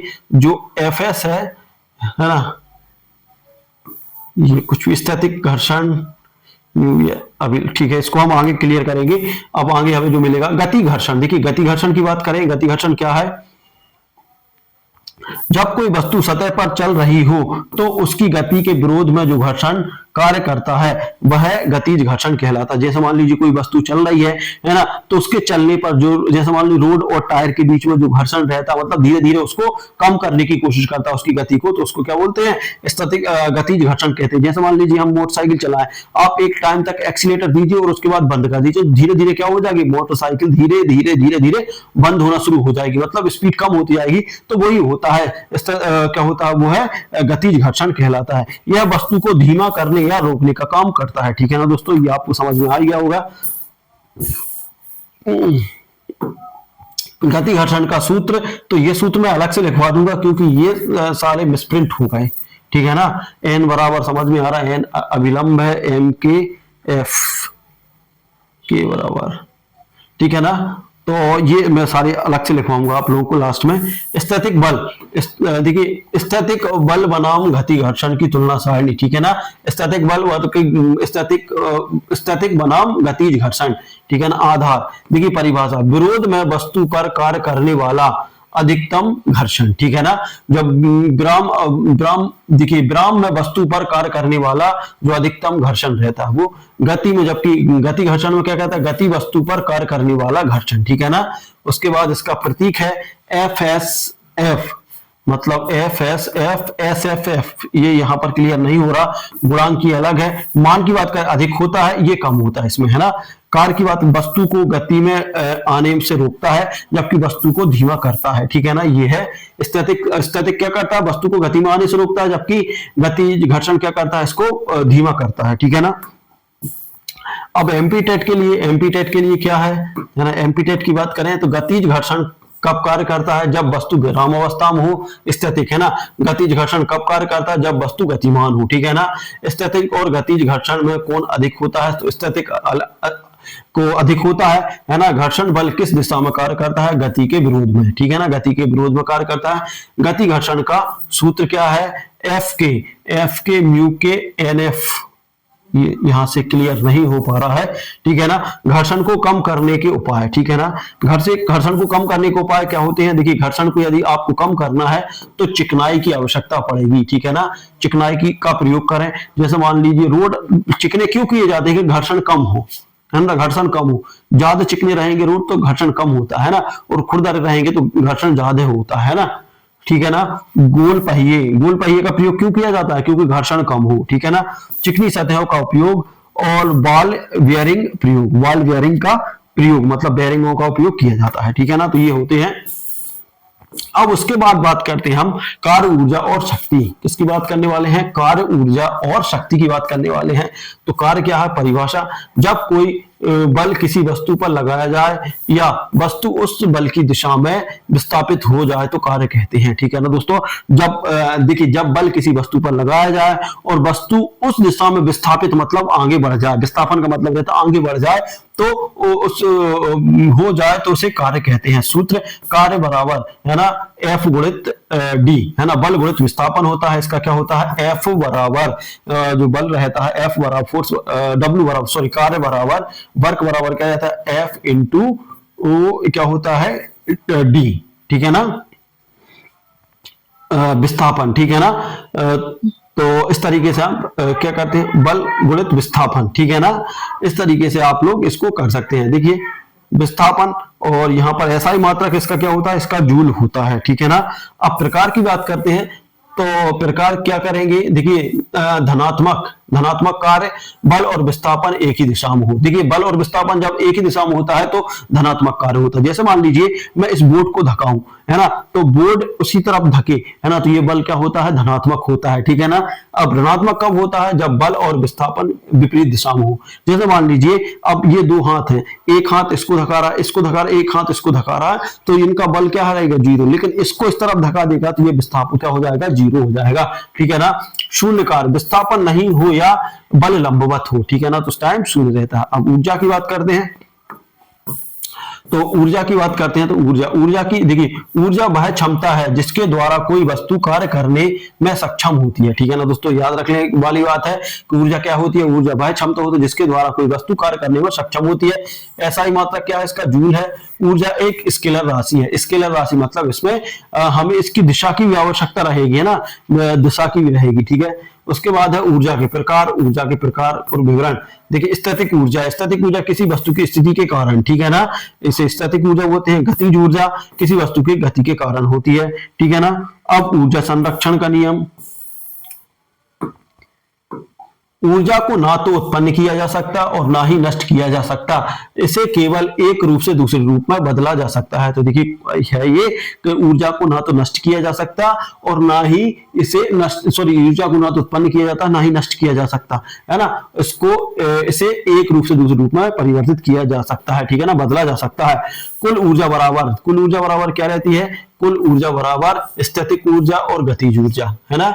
ये तब क्या रहेगी, ये नियत रहती है, ठीक है ना। शक्ति की बात करें, परिभाषा, शक्ति कार्य करने की दर को शक्ति कहते हैं, ठीक है ना, कार्य करने की दर को शक्ति कहते हैं। शक्ति बराबर P बराबर W इंटू टी, P बराबर W इंटू टी होता है ना। कार्य गुणित समय होता है, कार्य गुणित समय हम कह सकते हैं। शक्ति है ना को हम देखिए शक्ति को हम P से दर्शाते हैं, समय को T से दर्शाते हैं और कार्य को W से दर्शाते हैं। ऐसा ही मात्रक वाट होता है ना। एक हर्ट्ज HP बराबर, देखिए एक हॉर्स पावर बराबर, है ना, एक हॉर्स पावर बराबर कितना होता है, 746 वाट होता है। तो ये चीज याद रख लें, ये पूछा जाता है कि एक HP बराबर, एक हॉर्स पावर बराबर कितना होता है, 746 वाट होता है, ठीक है ना। ये आप लोग के अब सारांश तालिका देखते हैं। सारांश तालिका क्या है, देखिए बल बल बराबर का परिभाषा क्या है, बल गुणित विस्थापन। कार्य क्या होता है, बल गुणित, जितना बल लगाओगे उतना विस्थापन होगा, ये इसका कार्य है ना। इसकी मात्रक की बात करें तो इसका मात्रक जूल होता है। ऊर्जा की बात करें, कार्य करने की क्षमता, देखिए कार्य करने की क्षमता, इसका भी क्या होता है, जूल होता है, ठीक है ना। शक्ति क्या होती है, कार्य करने की दर, है ना, कितना काम किया है, कार्य करने की दर, कितना काम किया है, तो उसे वाट में नापा जाता है ना, ठीक है ना। और उसके बाद अब एमपी टेट के लिए क्वेश्चन है, क्या हम आईएमपी फैक्ट जो आप लोगों के पेपर में पूछे जा सकते हैं। कार्य का एसआई मात्रक तो जूल होता है, ठीक है ना। ऊर्जा के कितने मुख्य प्रकार हैं, ऊर्जा दो प्रकार की होती है, स्टैटिक और गतिज ऊर्जा। शक्ति का एसआई मात्रक वाट होता है ना। 1 हॉर्स पावर बराबर 746 वाट के बराबर होता है। गति में वस्तु की ऊर्जा को क्या कहते हैं, देखिए गति में वस्तु की ऊर्जा क्या कहते हैं, गतिज ऊर्जा कहते हैं। 1 वाट किसका सूत्र, देखिए 1 वाट बराबर किसका सूत्र है, ये शक्ति का है, ठीक है ना। अब गतिज ऊर्जा, देखिए गतिज ऊर्जा व स्थितिज ऊर्जा, ठीक है ना। गतिज ऊर्जा और स्थितिज ऊर्जा को देखते हैं। अब देखिए गतिज ऊर्जा क्या होती है, गतिज ऊर्जा जिसे हम काइनेटिक एनर्जी भी कहते हैं, वह ऊर्जा जो किसी वस्तु में उसकी गति के कारण होती है उसे गतिज ऊर्जा कहते हैं, ठीक है ना। सीधी बात है, वह ऊर्जा जो किसी वस्तु की गति के कारण होती है उसे गतिज ऊर्जा कहते हैं। काइनेटिक ऊर्जा बराबर क्या रहता है, ऊर्जा बराबर क्या रहता है, 1/2 mv², ठीक है ना। काइनेटिक एनर्जी बराबर क्या होता है, 1/2 mv² होता है। जहां देखिए m क्या होता है, m होता है द्रव्यमान, v क्या होता है, वेग होता है। द्रव्यमान को किलोग्राम में नापते हैं या इसको मीटर सेकेंड में, और एसआई मात्रक इसका क्या होता है, जूल होता है, ठीक है ना। तो गतिज ऊर्जा को हमेशा धनात्मक होती है, जो गतिज ऊर्जा रहती है हमेशा कैसी रहती है, धनात्मक होती है, ठीक है। उदाहरण के लिए चलती हुई गाड़ी, दौड़ता हुआ व्यक्ति, हवा में उड़ते तीर, ठीक है ना। अब स्थितिज ऊर्जा की बात करें तो स्थितिज ऊर्जा क्या होती है, स्थितिज ऊर्जा की बात कर लो, स्थितिज ऊर्जा, ठीक है ना। पोटेंशियल एनर्जी, ठीक है ना, पी जिससे परिभाषा, वह ऊर्जा जो किसी वस्तु में उसकी स्थिति या ऊंचाई या स्थिति के परिवर्तन के कारण होती है उसे स्थितिज ऊर्जा कहते हैं, ठीक है ना। गतिज ऊर्जा में गति के कारण ऊर्जा हो रही थी और स्थितिज ऊर्जा में उसकी स्थिति के कारण ऊर्जा होती है। इसको बोलते हैं पोटेंशियल एनर्जी। ये क्या होता है, mgh, ठीक है ना। mgh क्या होता है, mgh, m का मतलब होता है, देखिए पोटेंशियल एनर्जी बराबर क्या होता है, mgh का मतलब क्या है, m का मतलब होता है द्रव्यमान, g का मतलब गुरुत्वीय त्वरण और h का मतलब होता है ऊंचाई, ठीक है ना। तो ये इस तरीके से स्थितिज ऊर्जा होता है। एसआई मात्रक की बात करें तो इसका भी जूल होता है, चाहे गतिज ऊर्जा हो या स्थितिज ऊर्जा। उदाहरण के लिए किसी पहाड़ पर रखा पत्थर, ठीक है ना, बांध में संचित जल, ठीक है ना, बांध में संचित जल, खिंचा हुआ धनुष, है ना, ये कौन का है, स्थितिज ऊर्जा का उदाहरण है। अब गतिज और स्थितिज ऊर्जा की तुलना कर लेंगे। इनकी तुलना क्या है, देखिए स्पीड में इसलिए ले रहा हूं क्योंकि ये यदि मैं स्पीड से नहीं पढ़ाऊंगा तो इसमें बहुत ज्यादा टाइम लग जाएगा। आप लोग इसकी स्पीड कम करके आप पढ़ सकते हैं तो और अच्छे से आपको समझ में जाएगा, ठीक है ना। गतिज और स्थितिज ऊर्जा की तुलना, ठीक है ना। तत्व गतिज ऊर्जा और स्थितिज ऊर्जा है। कारण गति के कारण या स्थिति के कारण या ऊंचाई कारण, सूत्र 1/2 mv² होता है। इसका क्या है, इसका होता है mgh होता है, इसका क्या होता है, mgh होता है, ये मिसप्रिंट है ना। ऊर्जा का प्रकार चलन आधारित होता है, ऊर्जा प्रकार ये चलने पर आधारित होती है, स्थिति पर आधारित होती है। इसका ऐसा ही मात्रक जूल होता है और इसका ऐसा ही मात्रक क्या होता है, जूल होता है। ये उदाहरण के लिए दौड़ती बस, इसमें छत पर रखा बर्तन, है ना, स्थितिज ऊर्जा का। अब ऊर्जा का रूपांतरण देख लेते हैं। ऊर्जा रूपांतरण का नियम क्या है, ऊर्जा एक रूप से दूसरे रूप में बदल सकती है परंतु उसका कुल मान स्थिर रहता है। जो ऊर्जा रहती है एक मान, देखिए एक रूप से दूसरे रूप में बदल सकती है लेकिन इसका जो कुल मान क्या रहता है, स्थिर रहता है, ठीक है ना। उदाहरण के लिए गिरता हुआ पत्थर, स्थितिज ऊर्जा और गतिज ऊर्जा दोनों होती है इसमें। पेंडुलम जो काइनेटिक एनर्जी बराबर रहता है, काइनेटिक एनर्जी रहती है ना, पेंडिकुलर एनर्जी रहती है, ठीक है ना, रूपांतरण होता है, ठीक है ना। काइनेटिक एनर्जी बराबर पोटेंशियल एनर्जी। अब शिक्षक भर्ती के लिए क्या आ सकता है, देखिए गतिज ऊर्जा का सूत्र क्या है, 1/2 mv², 1/2 mv² होता है ना। स्थितिज ऊर्जा का mgh होता है, ठीक है ना। वही जूल का ऐसा ही मात्रा, सॉरी ऊर्जा का जूल होता है। गिरता हुआ फल कौन सी गति का उदाहरण है, ये गतिज का है ना। पेड़ पर टंगा फल कौन सी ऊर्जा का है, स्थितिज ऊर्जा का है। तो इस तरीके से आप लोग इसको याद कर सकते हैं। सारे क्वेश्चन बड़े महत्वपूर्ण है, बड़े फैक्ट वाले है ना। ऊर्जा के रूपांतरण होता है, लेकिन क्या होता है, कुल ऊर्जा नियत रहती है। देखिए ऊर्जा के नियंत्रण रूपांतरण तो हो जाएगा, लेकिन कुल ऊर्जा कैसी रहेगी, नियंत्रित रहती है। अब क्या है ऊर्जा संरक्षण का नियम। ऊर्जा संरक्षण का नियम देखेंगे हम। ऊर्जा संरक्षण का नियम, ऊर्जा ना तो उत्पन्न की जा सकती है और ना ही नष्ट की जा सकती है। इसे केवल एक रूप से दूसरे रूप में बदला जा सकता है, लेकिन किसी बंद प्रणाली में ऊर्जा की कुल मात्रा हमेशा स्थिर रहती है। देखिए ऊर्जा को ना तो बदला जा सकता है, ना तो उत्पन्न किया जा सकता, ना ही खत्म किया जा सकता है ना। सिर्फ इसे बदला जा सकता है, एक रूप से दूसरे रूप में बदला जा सकता है, लेकिन किसी बंद प्रणाली में, जो बंद प्रणाली में ऊर्जा की कुल मात्रा हमेशा स्थिर रहती है। यदि मान ली बंद पड़ी है ना, वो चल नहीं रही, तो वो स्थिर रहती है, ठीक है ना। अब सरल शब्दों में यदि हम बात करें, ऊर्जा का नाश नहीं होता, केवल उसका रूप बदल जाता है, ठीक है ना। ऊर्जा का ना तो नाश होता है, ठीक है ना। अब ऊर्जा रूपांतरण में बात करते हैं। बल्ब का जलना, देखिए बल्ब का जलना कौन सी है, विद्युत ऊर्जा। अब विद्युत ऊर्जा किसमें बदल देती है जी, प्रकाश ऊर्जा और ऊष्मा में बदल देती है। पंखा का चलना विद्युत ऊर्जा और गतिज ऊर्जा, है ना। गिरता हुआ पत्थर स्थितिज ऊर्जा और गतिज ऊर्जा। बैटरी का बल्ब जलना रासायनिक ऊर्जा और विद्युत ऊर्जा। इसको हम देखेंगे, क्योंकि लाइट चली गई है दोस्तों, नहीं तो आप परेशान हो जाओगे। तो देखिए अब हम देखते हैं, यहां से देख रहे हैं क्या है कि लाइट चली गई थी, जनरेटर इन्वर्टर तक काम कर नहीं रहा। तो देखिए जो विद्युत बल्ब है वो विद्युत ऊर्जा को किसमें बदलता है, प्रकाश और ऊष्मा में, है ना। आप लोगों ने देखा होगा कि जैसे ही लाइट आती है ना, तो क्या हो जाता है, पूरे घर में प्रकाश हो जाता है। और साथ में देखिए दोस्तों, जो पहले वाले जो बल्ब चलते हैं, आज एलईडी की बात नहीं कर रहा हूँ, पहले जो बल्ब चलते थे, है ना, उनसे ऊष्मा भी निकलती है। उनको पकड़ के देखना गर्म हो जाता है। एलईडी भी कुछ देर तक जलेगी, उसको पकड़ के देखना गर्म हो जाएगी, तो ऊष्मा भी निकलता है ना। उसके बाद देखते हैं हम पंखा का चलना। ये विद्युत ऊर्जा को किसमें बदलता है, गतिज ऊर्जा में। गतिज मतलब गति करने लगता है। और गिरता हुआ पत्थर स्टैटिक ऊर्जा को गतिज ऊर्जा में बदल देता है ना दोस्तों। बैटरी से बल्ब जलना, ये रासायनिक ऊर्जा को विद्युत ऊर्जा और प्रकाश ऊर्जा में बदलता है, ठीक है ना। और जनरेटर यांत्रिक ऊर्जा को विद्युत ऊर्जा में, ठीक है ना। तो ये आप लोगों को देखना है।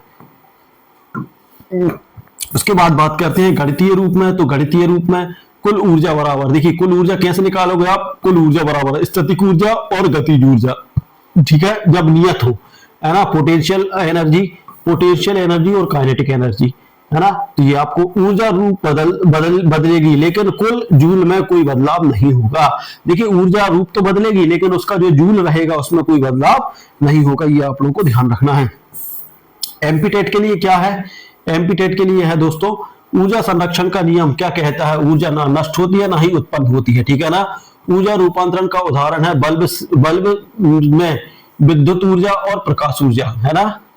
क्या कुल ऊर्जा परिवर्तित हो सकती है, नहीं, केवल रूप बदलती है, परिवर्तित नहीं होती, सिर्फ रूप बदल देती है ना। गिरती हुई वस्तु में कौन सी ऊर्जा रहती है, उसमें रहती है पोटेंशियल एनर्जी और काइनेटिक, मतलब स्थितिज ऊर्जा और गतिज ऊर्जा दोनों रहती है, ठीक है ना। उसके बाद विद्युत पंखा किस ऊर्जा को बदलता है, यह विद्युत ऊर्जा को गतिज ऊर्जा में बदल देता है। ये ऐसे उदाहरण आप लोगों से पूछे जा सकते हैं, तो इसलिए आप लोग थोड़ा ध्यान से देखें, ठीक है ना। महत्वपूर्ण तथ्य की ये है, नियत सभी भौतिक और रासायनिक प्रक्रियाओं पे लागू होते हैं। यह प्राकृतिक नियमों का आधार है। थर्मोडायनामिक्स या मैकेनिक्स या इलेक्ट्रॉनिक्स आदि, ठीक है ना। अब गुरुत्वाकर्षण का सार्वत्रिक नियम, ये मोस्ट आईएमपी है ना। यहां से क्वेश्चन 100% आप लोगों से पूछा जाएगा, ठीक है ना। ब्रह्मांड की कोई भी दो वस्तुएं एक दूसरे को आकर्षण बल से खींचती हैं। देखिए ब्रह्मांड में जितनी भी वस्तुएं वो एक दूसरे किससे आकर्षण बल से खींचती हैं, क्योंकि देखिए जो हमारा ब्रह्मांड है उसमें सारी, जैसे सूर्य है, सूर्य भी लटका हुआ है, पृथ्वी भी लटकी हुई है, और जो तारे हैं, आकाशगंगा है, ये सारे लटके हुए हैं। तो ये सब एक दूसरे को किससे खींच रही हैं, आकर्षक बल से खींच रही है ना। यह बल उनके द्रव्यमानों के गुणनफल के अनुक्रमानुपाती तथा उनके बीच की दूरी के वर्ग के व्युत्क्रमानुपाती होता है, ठीक है ना। तो यदि हम बात करें, तो यदि F बराबर, इसका हम बात करें तो क्या होता है, इसका F बराबर होता है दोस्तों G, है ना, जो गुरुत्वीय रहता है, और M1 इंटू M2 और बटे में क्या रहेगा R, ठीक है ना, ये रहता है इसका, ठीक है ना। जो न्यूटन का गुरुत्वाकर्षण का नियम है, ब्रह्मांड की कोई भी वस्तु एक दूसरे को और आकर्षण बल से खींचती है, यह बल उनके द्रव्यमान को, द्रव्यमान ये है कि ये गुणनफल के अनुक्रमानुपाती है तथा उनके बीच की दूरी r है के वर्ग, सॉरी वर्ग है, ये वर्ग है, वर्ग के व्युत्क्रमानुपाती होता है, ठीक है ना, वर्ग के व्युत्क्रमानुपाती होता है, ठीक है ना। अब प्रतीक का अर्थ और चिन्ह, ठीक है ना, प्रतीक जो हमारा f है, f की बात करने वाले हैं हम।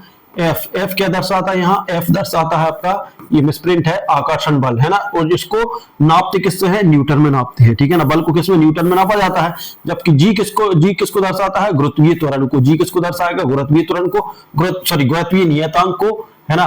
और यदि गुरुत्वीय नियतांक की बात करें तो ये होता है, इस गुरुत्वीय नियतांक का मान होता है 6.674 गुणित 10 पे घात -11। ये आप लोगों को याद रखना है। यदि जी का मान कहें कि जी का मान क्या होता है, तो 6.674 गुणित 10 पे घात -11 होता है, ठीक है ना। और m1 और m2 क्या दर्शाता है, दोनों वस्तुओं के द्रव्यमान किलोग्राम में होता है इसका। और r क्या बताता है, वस्तुओं के बीच की दूरी, इसको मीटर में नापते हैं। अब मुख्य बात क्या है, यह बल सभी वस्तुओं पर कार्य करता है, चाहे वे पृथ्वी पर हो या फिर अंतरिक्ष में हो, ठीक है ना। यह बल हमेशा आकर्षण बल होता है। देखिए, यह बल हमेशा कैसा होता है, आकर्षण बल होता है। यह बल बहुत कम मात्रा में होता है जब द्रव्यमान छोटा हो, ठीक है ना। उसके बाद बात करते हैं हम दैनिक जीवन के उदाहरण। यदि हम दैनिक जीवन के उदाहरण की फल का पेड़ से गिरना, देखिए गुरुत्वीय के त्वरण का, गुरुत्वीय आकर्षण का नियम है, पृथ्वी सब कुछ नीचे गिराता है। क्यों गिराता है, क्योंकि पृथ्वी क्या करता है, जो नीचे जमीन है वो गुरुत्वीय आकर्षण से खींचती है। पृथ्वी का चंद्रमा को बांध कर रखना, देखिए पृथ्वी को चंद्रमा को बांध करना का ये भी आकर्षण है, गुरुत्वीय आकर्षण है। और समुद्र में ज्वार भाटा आना, मतलब लहरें उठना, ये भी गुरुत्वीय आकर्षण है। अब देखिए यहाँ पर सूत्र है, तो यहाँ पर देखते हैं, गुरुत्वीय आकर्षण का नियम अभी लिखवाया था, F बराबर G into M1 into M2 बटे R स्क्वायर। ये किसका है, गुरुत्वीय आकर्षण का बल है। गुरुत्वीय बल किस प्रकार का बल है, ये आकर्षण बल है, ठीक है ना। गुरुत्वीय नियतांक G का मान क्या है दोस्तों, G बराबर 6.674 गुणित 10 पे घात -11। ये आप लोगों को ध्यान रखना है, ठीक है ना। किलोग्राम, न्यूटन मीटर किलोग्राम होता है, ठीक है ना। अब बल किस अनुपात में होता है, तो द्रव्यमान के गुणनफल के, ठीक है ना। बल किसके व्युत्क्रमानुपाती होता है, दूरी के वर्ग के, ठीक है ना, ठीक है ना। अतिरिक्त ज्ञान की बात करें तो अतिरिक्त ज्ञान में देखते हैं, अतिरिक्त ज्ञान में है, पृथ्वी पर किसी वस्तु पर लगने वाला गुरुत्व बल को भार या वेट कहते हैं, ठीक है ना, भार कहते हैं। भार बराबर द्रव्यमान बराबर गुरुत्वीय त्वरण, ठीक है। जितना भार रहेगा उतना उसका अधिक द्रव्यमान होना चाहिए, और उसका ही गुरुत्वीय त्वरण भी उतना ही अधिक रहेगा। अब उसके बाद बात करते हैं हम ग्रेविटी या गुरुत्वाकर्षण, ग्रेविटी या गुरुत्वीय त्वरण की बात करते हैं। परिभाषा क्या है, देखिए, जब कोई वस्तु पृथ्वी के गुरुत्वाकर्षण बल के कारण नीचे की ओर गिरती है तो वह एक निश्चित त्वरण के साथ गिरती है, ठीक है ना। एक निश्चित त्वरण के साथ गिरती है, याद रखना, ठीक है ना। इस त्वरण को ही गुरुत्वीय त्वरण जी कहते हैं, ठीक है ना। गुरुत्वीय त्वरण का प्रतीक, इसका प्रतीक क्या है दोस्तों, जी है, इसका प्रतीक स्मॉल जी होता है, ठीक है ना।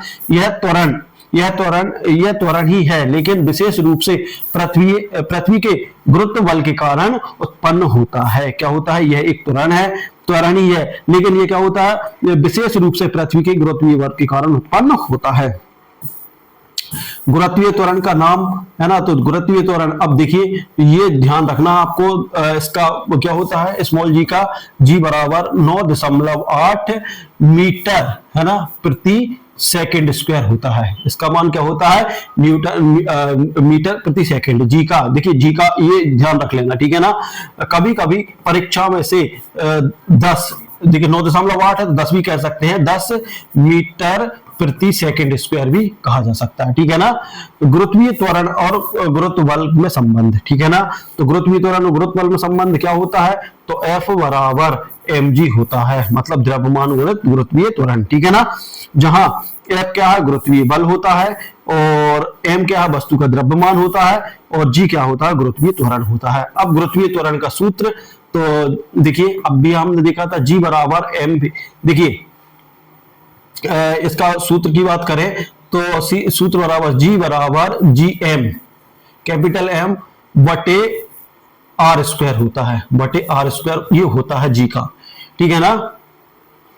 इस तरीके से आप लोग देख सकते हैं। और उसके बाद जी क्या है, गुरुत्वीय नियतांक है, M क्या है, पृथ्वी का द्रव्यमान है और आर क्या है, पृथ्वी की त्रिज्या है। ठीक है ना, तो ये छोटी छोटी चीजें आप लोगों को ध्यान रखना है ना। यहाँ से एक आध क्वेश्चन बनेगा, एक दो क्वेश्चन बनेगा इनमें से, है ना। गुरुत्वीय त्वरण सभी वस्तुओं के लिए समान होता है, शून्य वायु प्रतिरोध में। यदि देखिए वायु का प्रतिरोध शून्य है तो इनमें समान रहता है। ठीक है ना, और यह पृथ्वी पर वस्तुओं की गति को तेज करता है। यह पृथ्वी पर क्या करता है, वस्तुओं की गति को तेज करता है गुरुत्वीय त्वरण। पृथ्वी के अलग अलग स्थानों पर जी का मान मतलब गुरुत्वीय त्वरण थोड़ा भिन्न हो सकता है। ठीक है, ध्रुवों पर गुरुत्वीय त्वरण कितना होता है, याद रख लेना, 9.83 मीटर प्रति सेकंड होता है, स्क्वायर होता है। और विषुवत रेखा पर कितना होता है, 9.78। ये आप लोगों को याद रखना है, मीटर स्क्वायर होता है, मीटर प्रति स्क्वायर होता है, प्रति सेकंड होता है। ठीक है ना। अब एमपीटेट के लिए क्या है इसमें महत्वपूर्ण, यदि एमपीटेट की बात करें तो गुरुत्वीय त्वरण का प्रतीक जी है ना, जी है। ठीक है ना, इसका एसआई मात्रक देखिए मीटर प्रति सेकंड स्क्वायर होता है। ठीक है ना, ये आप लोग को याद रखना है, मीटर प्रति सेकंड स्क्वायर होता है। पृथ्वी पर जी का औसत मान कितना होता है, 9.8 मीटर प्रति सेकंड स्क्वायर होता है। क्या सभी वस्तुएं जी का समान होती है, मतलब गुरुत्वीय त्वरण के समान होती हैं? तो हाँ, यदि वायु का प्रतिरोध ना हो तो। कौन सा नियम गुरुत्वीय त्वरण को सिद्ध करता है, न्यूटन का गुरुत्वाकर्षण का नियम। ठीक है ना। अब उसके बाद बात करते हैं हम दाब की। देखिए दोस्तों, दाब की बात करने वाले हैं। दाब क्या है, इसकी परिभाषा देख लेंगे। किसी सतह पर लगाया गया बल, जो बल को जब सतह के क्षेत्रफल के विभाजित किया जाता है तो उसे दाब कहते हैं। देखिए, किसी सतह पर लगाया गया बल जब सतह के क्षेत्रफल से विभाजित होता है तो उसे क्या कहते हैं, दाब कहते हैं। दाब बराबर है ना, दाब क्या है, दाब को पी से दर्शाते हैं, बल और गुणित क्षेत्रफल। ठीक है ना, बल गुणित क्षेत्रफल होता है, F इंटू ए। पी बराबर क्या होता है, F इंटू ए होता है। ठीक है ना, F इंटू ये होता है। अब उसके बाद क्या है, इसका एसआई मात्रक पैस्कल होता है या पास्कल होता है। ठीक है ना, याद रख लेना, दाब का एसआई मात्रक पास्कल होता है। तरलों में दाब क्या होता है, देखिए तरलों में तरल पदार्थ अपने वजन के कारण नीचे की ओर दबाव डालते हैं। जो तरल पदार्थ रहते हैं, लिक्विड रहते हैं, वो अपने वो किसके कारण, द्रव्यमान या वजन के कारण नीचे की ओर दबाव डालते हैं। यह दाब तरल की गहराई, घनत्व और गुरुत्वीय त्वरण पर निर्भर करता है। ठीक है ना, यह दाब किस पर निर्भर करता है, उसकी गहराई, घनत्व और गुरुत्वीय त्वरण पर निर्भर करता है। यदि हम इसके सूत्र की बात करें तो सूत्र क्या होता है, P बराबर H इंटू पी इंटू जी। देखिए इसकी बात करते हैं तो देखिए H क्या होता है, इसकी हाइट, इसका क्या होता है, H यानी इसकी हाइट होती है, गहराई, और P इनका दाब होता है, और G इसका गुरुत्वीय त्वरण रहता है। देखिए H क्या है, तरल की गहराई होती है, मतलब है ना, और P क्या है, तरल का घनत्व होता है, और G क्या है, गुरुत्वीय त्वरण होता है, P क्या है, दाब होता है। ठीक है ना, तो ये यहाँ पर है। तो ये आप लोगों को ये फार्मूले जरूर याद करते जाना। ठीक है ना, महत्वपूर्ण बातों की बात करते हैं। महत्वपूर्ण बातें क्या है, दाब गहराई के साथ बढ़ता है। देखिए जो दबाव रहता है या दाब रहता है, जितनी गहराई पे जाओगे उतना बढ़ता जाएगा। तरल में दाब सभी दिशाओं में समान रूप से फैलता है। जो तरल रहता है उसमें दबाव सभी दिशाओं में समान रूप से फैलता है। दाब तरल के प्रकार पर निर्भर करता है। जो दाब रहता है वो तरल के प्रकार पर निर्भर करता है। अधिक घनत्व वाला तरल समान गहराई पर अधिक दाब डालता है। जो अधिक, देखिए अधिक घनत्व वाला जो तरल है वो समान गहराई पर अधिक दाब डालता है। उदाहरण के लिए समुद्र की गहराई बढ़ने पर गोताखोर पर दाब बढ़ता है। देखिए जैसे जैसे समुद्र की गहराई बढ़ती जाएगी, गोताखोर रहते हैं उन पर दाब बढ़ते जाता है। ठीक है ना, बांध के नीचे की दीवारें मोटी होती हैं क्योंकि वहां दाब अधिक होता है। देखिए जो बांध बनता है वो इस तरीके से बनता है, मतलब नीचे की जो दीवार रहती है उतनी मोटी और ऊपर की ओर फिर शंकु के आकार, मतलब यहाँ पर जो दाब रहेगा वो सबसे अधिक रहेगा। ठीक है ना, मतलब इसका मतलब ये है कि तरलों में जितनी गहराई पर जाओगे उतना दबाव बढ़ता जाएगा। अब पास्कल सिद्धांत क्या है, देखिए पास्कल सिद्धांत की बात करने वाले हैं हम। तो पास्कल का सिद्धांत क्या है, यदि किसी स्थिर तरल पर किसी बिंदु पर एक बाहरी दाब लगाया जाता है तो वह तरल उस दाब को सभी दिशाओं में समान रूप से प्रसारित करता है। ये पास्कल सिद्धांत है। यदि किसी स्थिर तरल पर किसी बिंदु पर एक बाहरी दबाव लगाया जाता है तो वह तरल को दाब को सभी दिशाओं में समान रूप से क्या करता है, प्रसारित करता है। इसी सिद्धांत पर हाइड्रोलिक ब्रेक, जो हाइड्रोलिक ब्रेक रहते हैं, या हाइड्रोलिक जैक या हाइड्रोलिक प्रेस कार्य करते हैं। ठीक है ना, हाइड्रोलिक प्रेस कार्य करते हैं। अब एमपीटेट शिक्षक के लिए क्या है, देखिए दोस्तों बहुत बड़ा सिलेबस है ना, लेकिन दोस्तों उसको छोटे से छोटे में समाहित कर रहा हूँ, वो सारी चीजें पॉइंट वाइज जो क्वेश्चन में आना है वो सारी चीजें लेकर आऊँ। वैसे यदि हम बात करें तो एक एक टॉपिक लगभग 2 से 3 घंटे का, यदि हम पूरे फिजिक्स के इस चैप्टर की बात करें तो कम से कम 7 से 8 घंटे का, लेकिन मैं उसको 2 घंटे में कवर करने आने वाला हूँ आपको। तरलों में दाब किस पर निर्भर करता है? गहराई, घनत्व और गुरुत्वीय त्वरण पर। ये आप लोगों को ध्यान रखना है। गहराई मतलब H है ना, और घनत्व मतलब P और गुरुत्वीय त्वरण मतलब G पर निर्भर करता है, ठीक है ना। तरल में दाब का सूत्र क्या है? P, देखिए P बराबर HPG है ना, HPG, P बराबर HPG, ये इस पर निर्भर करता है, ठीक है ना। एसआई मात्रक क्या है इसका? पैस्कल होता है या पास्कल होता है? पास्कल का नियम किससे संबंधित है? तरलों के दाब से, ठीक है ना। गहराई बढ़ने पर दाब क्या होता है? बढ़ेगा, ठीक है ना। अब दाब पर गुरुत्वाकर्षण का प्रभाव, अब यहां पर देखेंगे क्या दाब पर गुरुत्वाकर्षण का प्रभाव पड़ता है या नहीं पड़ता। मूल बातें, गुरुत्वाकर्षण के बल के कारण दाब कोई तरल पदार्थ किसी पात्र में होता है तो वह नीचे की ओर अपना वजन डालता है। देखिए दोस्तों, गुरुत्वीय आकर्षण के कारण ही जब किसी तरल, जो कोई तरल पदार्थ रहता है किसी पात्र मतलब किसी बर्तन में, तो वो नीचे की ओर क्या करता है? दबाव डालता है। ये गुरुत्वीय त्वरण के गुरुत्वाकर्षण के कारण ही रहता, वजन डालता है। यही वजन तरल के अंदर दाब उत्पन्न करता है जो गहराई के साथ बढ़ता है, और यही वजन क्या करता है? उसमें दाब उत्पन्न करता है, और जितनी गहराई होती जाएगी उतना बढ़ता जाएगा। दाब का सूत्र वह भी हाल हमने देखा था, P बराबर क्या है? HP है ना, PG होता है, स्मॉल p है ये, है ना। तो ये इस तरीके से, ठीक है ना। P दाब है, H तरल की गहराई है, ठीक है ना। उसके बाद P क्या है? तरल का घनत्व है, और G क्या है? गुरुत्वीय और गुरुत्वाकर्षण नियम का प्रभाव, ठीक है। गुरुत्वाकर्षण का प्रभाव कैसे पड़ता है, ठीक है ना। अगर गुरुत्वीय त्वरण G बढ़ता है तो दाब बढ़ता है, ठीक है ना। अगर G का कम होता है तो होता है जैसे चंद्रमा पर, तो दाब भी कम होगा, ठीक है ना। यदि मान लीजिए G का मान दाब बढ़ता है तो गुरुत्वीय त्वरण बढ़ता है, यदि G कम होता है तो उसका गुरुत्वीय त्वरण भी कम हो जाता है।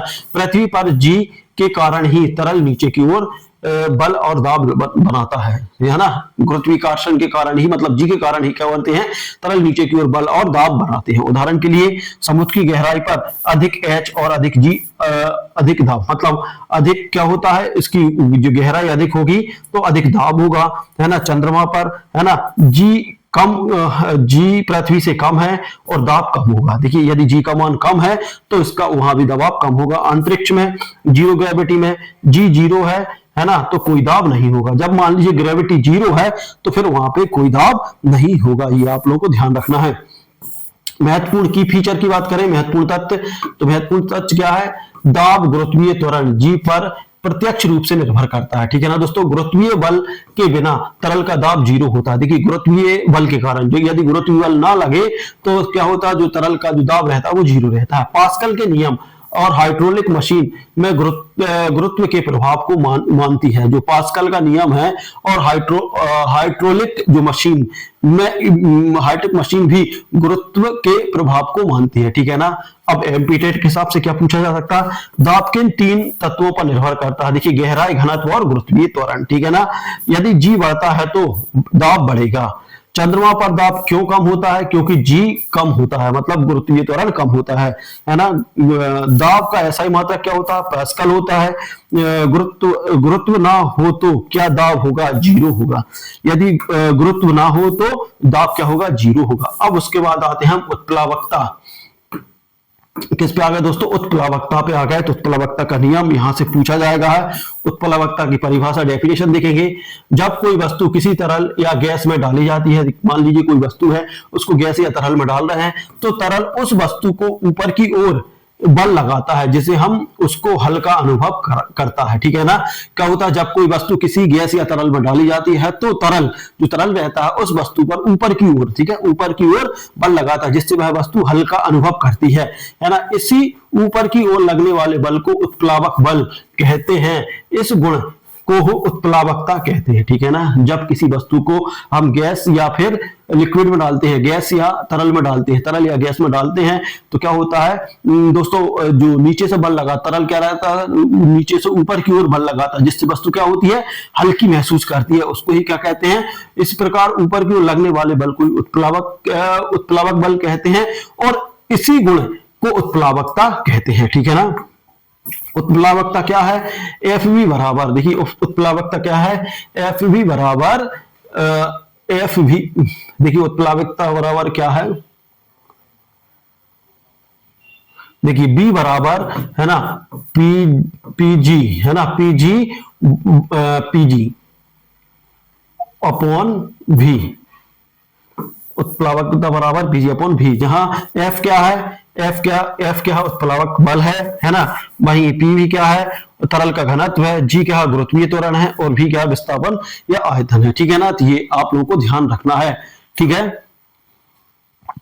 इसके बाद बात करते हैं हम अगला, आर्किमिडीज का सिद्धांत। देखिए आर्किमिडीज का सिद्धांत भी उत्प्लावकता पर ही सिद्धांत का, जब कोई वस्तु किसी तरल में पूरी तरह आंशिक रूप से डाली जाती है, पूरी तरह या आंशिक रूप से, पूरी मतलब पूरी, आंशिक मतलब कम मात्रा में, तो वह वस्तु जितना तरल विस्थापित करती है, जितना भी मतलब हटाती है ना, उतना ही बल, उत्प्लावक बल उस पर ऊपर की ओर लगता है। देखिए दोस्तों, जब किसी वस्तु को आंशिक, पूरी तरह या आंशिक रूप से किसी तरल में डाला जाता है, तो वह जितनी विस्थापित करती है, जितना भी तरल को विस्थापित करती है, उतना ही उसको ऊपर एक बल लगता है, उतना ही बल लगता है, ऊपर बल उस पर ऊपर की ओर लगता है। इसको ही क्या बोलते हैं, आर्किमिडीज का सिद्धांत है। यह सिद्धांत जहाज, पनडुब्बियां, जल मापक यंत्र आदि का उपयोग होता है, ठीक है ना। अब वस्तुएं तैरेंगी या डूबेंगी, इसकी स्थिति हम देखेंगे। देखिए उत्प्लावक बल जब अधिक होगा तो वस्तुओं का भार, वस्तु तैरेगी, ठीक है ना। देखिए जब उत्प्लावक बल होगा तो वस्तु का भार और वस्तुएं कैसी रहेंगी, तैरेंगी। उत्प्लावक बल बराबर होगा तो वस्तुओं का भार एवं संतुलन में रहेंगी। जब उत्प्लावक बल कम रहेगा तो वस्तुओं का भार, वस्तु डूब जाएगी, ठीक है ना।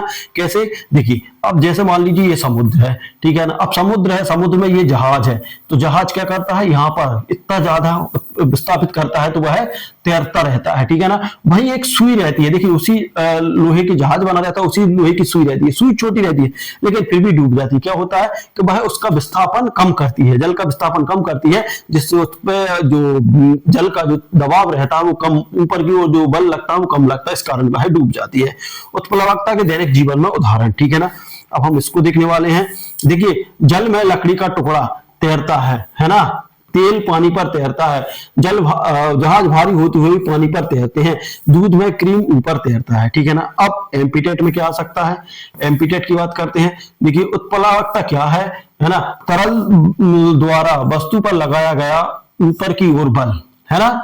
तरल का क्या होता है, जो तरल द्वारा वस्तुओं पर लगाया गया ऊपर की ओर जो बल लगता है उसको ही उत्प्लावकता कहते हैं। उत्प्लावक बल किस पर निर्भर करता है, तरल का घनत्व, गुरुत्वीय त्वरण और विस्थापन, ठीक है ना, और आयतन पर निर्भर करता है।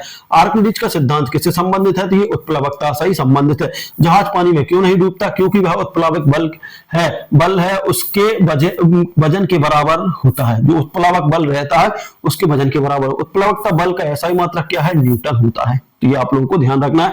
क्वेश्चन ये पूछा जाएगा कि जहाज पानी में क्यों नहीं डूबता, क्योंकि जो उसका उत्प्लावक बल है वो किसके बराबर होता है, उसके वजन के बराबर, जहाज के वजन के बराबर होता है, इसलिए वह नहीं डूबता, ठीक है ना। आर्किमिडीज सिद्धांत, है ना। जब कोई वस्तु किसी, ये हम हो गया है, गणितीय सूत्र भी हो गया है, अब यहां भी हो गया है, मुख्य बात हो गई, यह बल हमेशा ऊपर की ओर, हाँ यहां पर देख लो, यह बल हमेशा ऊपर की ओर कार्य करता है। यह बल तरल द्वारा विस्थापित आयतन और घनत्व पर निर्भर करता है। वस्तु का प्रतीक वजन या पानी से कम हो जाता है, वस्तु का जो प्रतीक वजन रहता है, वेट जो रहता है, पानी से कम हो जाता है। अब दैनिक जीवन में उपयोग जहाज, ये हमने पढ़ चुके हैं यहाँ पर। अब एम्पीटेट देखिए, एम्पीटेट में यहां पर देख लेते हैं एम्पीटेट में क्या। आर्किमिडीज का सिद्धांत किससे संबंधित है, उत्प्लावकता से संबंधित है।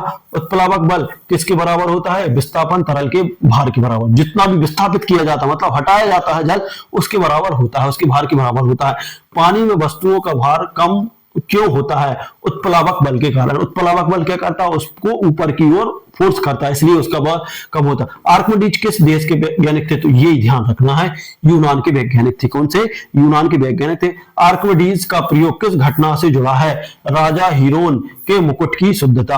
राजा जो हीरोन के मुकुट की शुद्धता से जुड़ा हुआ है।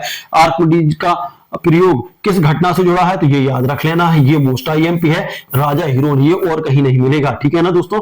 आप कितनी क्लास ले लो, ऐसे फैक्ट और कहीं नहीं मिलने वाले। यूरेका की कहानी। अब हम यहाँ पे यूरेका की कहानी देखेंगे। क्या है यूरेका की कहानी?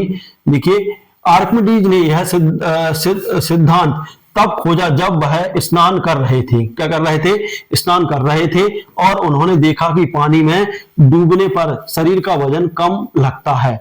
उत्साह में उन्होंने यूरेका मिल गया, यूरेका मिल गया चिल्लाया, ठीक है ना। इस तरीके से चिल्लाया। क्या हुआ? आर्किमिडीज यह सिद्धांत तब खोजा जब वह स्नान कर रहे थे, तो उन्होंने देखा कि जैसे वो पानी में गए तो उनका शरीर क्या हो गया? डूबने पर, है ना, शरीर का वजन कम लगने लगा। तो उन्होंने उत्साह में उन्होंने यूरेका मिल गया चिल्लाया, है ना। तो ये यूरेका की कहानी है, ठीक है ना। ये कहानी पूछ सकते हैं। ताप एवं ऊष्मा की बात करते हैं। देखिए, ताप एवं ऊष्मा की, ताप की बात करते हैं। परिभाषा: ताप किसी वस्तु की गर्म या ठंडी होने की स्थिति को दर्शाने वाला माप है। ताप क्या है?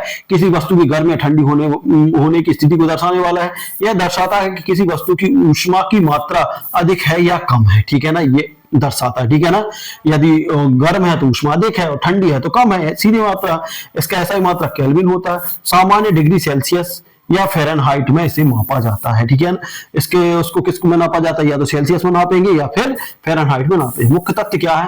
ताप, देखिए, ताप एक गहन राशि है। कैसी राशि है? गहन राशि है। यह थर्मामीटर में मापी जाती है ना। यह ताप ऊष्मा के प्रवाह की दिशा को निर्धारित करता है। ताप क्या करता है? ऊष्मा की दिशा को निर्धारित करता है, ठीक है ना। अब ऊष्मा की बात करते हैं। परिभाषा: ऊष्मा वह ऊर्जा है जो किसी वस्तु के ताप के अंदर के कारण वस्तु से दूसरी प्रभावित होती है, ठीक है ना। ऊष्मा वह ऊर्जा है किसी वस्तु के ताप के अंदर के कारण एक वस्तु से दूसरी वस्तु में प्रभावित होती है। ये आप लोगों को ध्यान रखना है। ऊष्मा क्या है? ऊष्मा वह ऊर्जा है जो किसी वस्तु के अंदर के कारण, किसी वस्तु के ताप के कारण, ताप के अंतर के कारण, जो ताप का अंतर के कारण एक वस्तु से दूसरी वस्तु में प्रभावित होती है, इसे ऊष्मा कहते हैं। उसका उदाहरण ऐसे, जैसे मान लीजिए लोहे की रॉड है, ये गर्म है ना दोस्तों, गर्म है। अब इसके यदि हम किसी दूसरी लोहे की रॉड में रख दें जो ठंडी है, तो क्या होगा? यहां से ऊष्मा इसमें आ जाएगी, है ना। तो यही नियम इसका कहता है। ऐसा ही मात्रक जूल होता है। व्यवहारिक रूप में कभी कभी कैलोरी भी उपयोग किया जाता है, ठीक है ना। वैसे ऐसा ही मात्रक जूल है, लेकिन व्यवहारिक रूप में कैलोरी भी कहा जाता है। अब देखिए, ऊष्मा के रूप में 1 कैलोरी बराबर कितना होता है? 4.18 जूल होता है। ये यहाँ पे याद रख लेना। मुख्य तत्व की बात करते हैं, तो मुख्य तत्व क्या है? ऊष्मा एक व्यापक राशि है। कैसी है दोस्तों? याद रखना है आपको। ऊष्मा एक कैसी राशि है? व्यापक राशि है, ठीक है ना। ऊष्मा प्रवाह उच्च ताप से निम्न ताप की ओर होता है, ठीक है। ऊष्मा का प्रवाह क्या होता है? उच्च ताप। यदि मान लीजिए यहाँ पर चूल्हा जल रहा है ना दोस्तों, चूल्हा यहाँ पर जल रहा है ना। तो यहाँ से जो रॉड है वो यहाँ से उच्च ताप से निम्न ताप की ओर बढ़ेगी, मतलब यहाँ ज्यादा गर्म रहेगी और यहाँ धीरे धीरे कम होती जाएगी, ठीक है ना। ताप बनाम ऊष्मा तालिका देखते हैं। क्या है विशेषता? ताप और ऊष्मा, ठीक है ना। परिभाषा: वस्तु किसी गर्मी या ठंड की माप ऊर्जा को ताप या अंदर के कारण प्रभावित होती है, ठीक है ना। अब उसके बाद करते हैं केल्विन, इसमें सेल्सियस और फ़ारेनहाइट में जूल और कैलोरी, ठीक है ना। ताप किसमें नापते हैं? देखिए, ये क्या परिभाषा क्या है? वस्तु की गर्मी या ठंड की माप ये होती है। ऊर्जा को क्या? ऊर्जा जो ताप के अंदर अंतर के कारण प्रभावित होती है, ऊष्मा होती है। इसको केल्विन और फ़ारेनहाइट में नापते हैं, इसको जूल और कैलोरी में मापते हैं। मापन यंत्र, ये इसका थर्मामीटर है, इसको कैलोरीमीटर है, ठीक है ना। ऊष्मा का कैलोरीमीटर ध्यान रखना है। प्रकार: गहन राशि, ये व्यापक राशि है। ये प्रवाह नहीं होता, इसमें उच्च ताप से निम्न ताप की ओर प्रवाह होता है, ठीक है ना। ताप में नहीं होता, जबकि ऊष्मा में होता है। अब ऊष्मा का प्रभाव, ताप में वृद्धि, है ना। अवस्था परिवर्तन जैसे बर्फ से जल विस्तार और रासायनिक परिवर्तन। अब देखिए एमपीटेट में क्या पूछा जा सकता है, एमपीटेट की बात करने वाले हैं। ताप का एसआई मात्रक केल्विन होता है, ऊष्मा का एसआई मात्रक जूल होता है, ऊष्मा प्रवाह किस दिशा में होता है, तो उच्च ताप से निम्न ताप की ओर, ठीक है ना। थर्मामीटर से क्या नापा जाता है, ताप नापा जाता है। ऊष्मा ऊर्जा को कौन सा रूप में परिवर्तन करती है, गतिज ऊर्जा में, ठीक है ना। ऊष्मा ऊर्जा का कौन सा रूप है, तो ये गतिज ऊर्जा है। अब ताप के विभिन्न पैमाने और उनसे आपसी संबंध, देखिए ताप के विभिन्न पैमाने और उनसे आपसी संबंध देखने वाले हम। देखिए नंबर 1 पैमाने, प्रतीक और 0 डिग्री और वाष्प बिंदु, ठीक है ना। हिमांक और क्वथनांक की बात करें, सेल्सियस, सेल्सियस की बात करें इसका सी है और 0 डिग्री पे हिमांक रहता है, और जबकि क्वथनांक कितने पर होता है दोस्तों, 100 डिग्री पर होता है। फ़ारेनहाइट की बात करें, इसका एफ है, ये 32 डिग्री पर होता है और 212 डिग्री पर अधिकतम या उच्च हो सकता है, या फिर मान सकते हैं ना। केल्विन की बात करें तो के है, 273 डिग्री पर ये हिमांक होता, मतलब हिम बिंदु मतलब सबसे नीचा बिंदु रहता है, और अधिकतम 373 होता है, ठीक है ना। रैकिन की बात करें, इसको आर से डिग्री आर से दर्शाते हैं, 491.67 इसका होता है और 671.67 उसका उच्चतम होता है। नोट, सामान्य प्रतियोगी परीक्षाओं में केल्विन, सेल्सियस और देखिए सेल्सियस, फ़ारेनहाइट और केल्विन पर ही प्रश्न आते हैं, है ना। रैकिल पर प्रश्न नहीं आते, तो आप लोग ध्यान रख लें थोड़ा सा, यदि देख लें तो कोई बुरी बात नहीं है, आ जाए तो अपन कर सकते हैं, ठीक है ना। अब उसके बाद बात आपसी संबंध, 1 सेल्सियस बराबर फ़ारेनहाइट, है ना। तो ये क्या होता है, देखिए फ़ारेनहाइट बराबर क्या होता है, 98 गुणित सेल्सियस प्लस 32 फ़ारेनहाइट, इसके बराबर होता है, ये इसका सूत्र है, तो इसके सूत्र को आप देख लें, बटे फ़ारेनहाइट। ये क्या है, देखिए फ़ारेनहाइट बराबर, एक फ़ारेनहाइट की बात कर रहे हैं, सेल्सियस में बदलना है तो 95 डिग्री गुणित सेल्सियस, है ना, प्लस उसके बाद है 32, ये है 32 और बट्टे क्या है, फ़ारेनहाइट। तो यदि हम यहां पर यदि मान लीजिए किसी सेल्सियस को हमें फ़ारेनहाइट में बदलना, तो ये फार्मूला हमें लगाना पड़ेगा, और सेल्सियस को हमें फ़ारेनहाइट में बदलना तो भी, और फ़ारेनहाइट सेल्सियस बदलना तो भी यही करता है, ठीक है ना। और दूसरा यदि सेल्सियस में बदलना, फिर उसका इसमें भी हम मान रख सकते हैं, तो पूरा सॉल्व करके वो निकल आएगा, ठीक है, बहुत अच्छे से। फ़ारेनहाइट, केल्विन आवश्यकता अनुसार, ठीक है ना। इसके बाद बात करते हैं महत्वपूर्ण बिंदु। देखिए महत्वपूर्ण ताप बिंदु क्या है, स्थिति सेल्सियस, फ़ारेनहाइट, केल्विन। हिमांक 0 डिग्री पर, इस पे फ़ारेनहाइट 32 पर, 273 डिग्री पे केल्विन में होता है, ठीक है ना। वाष्पांक मतलब क्वथनांक बात करें तो ये 100 डिग्री पे होता है सेल्सियस में, फ़ारेनहाइट में 212 डिग्री पर, और 373.15 डिग्री पर क्या होता है दोस्तों, इसका क्वथनांक होता है, ठीक है ना। तो इसका केल्विन का 0 केल्विन -273, है ना। इसका कितना फ़ारेनहाइट का -459, और इसका कितना होता है, इसका होता है दोस्तों, इसकी बात करें तो 600 कितना होगा, 670, ये आप लोगों को ध्यान रखना है, ठीक है। एमपीटेट शिक्षण में संभावित प्रश्न क्या आ सकते हैं, वो देख लो। देखिए केल्विन और सेल्सियस में संबंध, तो के बराबर जो अपन ने देख लिया था, के बराबर C प्लस 273, है ना, दशमलव 15 और बटे कितना है के, ये इसका संबंध है, ठीक है ना। ये आप लोग ध्यान रख लें, ठीक है। और इसको सोल्व करके 0 डिग्री को फ़ारेनहाइट में लिखते हैं 32 फ़ारेनहाइट, ये ऐसे क्वेश्चन आएंगे, 0 डिग्री को 32 लिख रहे हैं, है ना, 2 डिग्री को 64 लिख देंगे, 3 डिग्री को ऐसे आप लोग करते हैं, ठीक है ना। और 100 डिग्री केल्विन बदलें, 100 डिग्री, देखिए 100 डिग्री सेल्सियस को केल्विन में कैसे लिख लेंगे हम, 373.15 केल्विन लिखेंगे। ताप का एसआई मात्रा केल्विन होता है, -40 डिग्री सेल्सियस को फ़ारेनहाइट में -40 फ़ारेनहाइट बिंदु, ठीक है ना। अब विशिष्ट ऊष्मा मतलब स्पेसिफिक हीट इन हिंदी, ठीक है। अब इसकी बात करने वाले हैं, तो देखिए किसी पदार्थ की 1 किलोग्राम मात्रा का तापमान 1 डिग्री सेल्सियस या देखिए किसी पदार्थ की 1 किलोग्राम मात्रा का तापमान 1 सेल्सियस बढ़ाने के लिए आवश्यक ऊष्मा की मात्रा की विशिष्ट ऊष्मा कहते हैं। देखिए दोस्तों, यदि मान लीजिए किसी पदार्थ में है, हमें 1 किलोग्राम मात्रा का तापमान 1 सेल्सियस बढ़ाना है, बढ़ाने के लिए आवश्यक जो ऊष्मा की आवश्यकता हो की मात्रा को विशिष्ट ऊष्मा कहते हैं। मतलब ताप बढ़ाने के लिए जिस ऊष्मा की आवश्यकता होती है उसे ही हम क्या विशिष्ट ऊष्मा कहते हैं। यह पदार्थ की ऊष्मा धारक करने की क्षमता को दर्शाता है। सूत्र की बात करेंगे तो Q बराबर mc होता है ना, Q बराबर mc ये होता है, ठीक है ना। जहां Q क्या है, ऊष्मा की मात्रा है, m क्या है, द्रव्यमान है, c क्या है, विशिष्ट ऊष्मा है। और एटी ये क्या है, एडी डेल्टा ताप में परिवर्तन, ये ताप में परिवर्तन दर्शाता है टी, ठीक है ना। तो इसका फॉर्मूला क्या होता है, Q बराबर mc, और ये ताप में परिवर्तन दर्शा रहा है ये टी, ठीक है ना। इस तरीके का ये फार्मूला है इसका, है ना। फार्मूला याद ना भी हो तो कोई दिक्कत नहीं है, क्योंकि यहां से ये महत्वपूर्ण फैक्ट ही पूछेंगे, फार्मूला नहीं पूछ सकते, ठीक है ना। जूल प्रति किलोग्राम प्रति केल्विन, ठीक है ना। महत्वपूर्ण एसआई मात्रक क्या होता है इसका, जूल प्रति किलोग्राम प्रति केल्विन होता है, जूल प्रति किलोग्राम केल्विन। महत्वपूर्ण बातें और की पॉइंट की बात करने वाले हम। देखिए, पानी की विशिष्ट ऊष्मा सबसे अधिक होती है, जो पानी रहता है उसकी विशिष्ट ऊष्मा सबसे अधिक रहती है ना।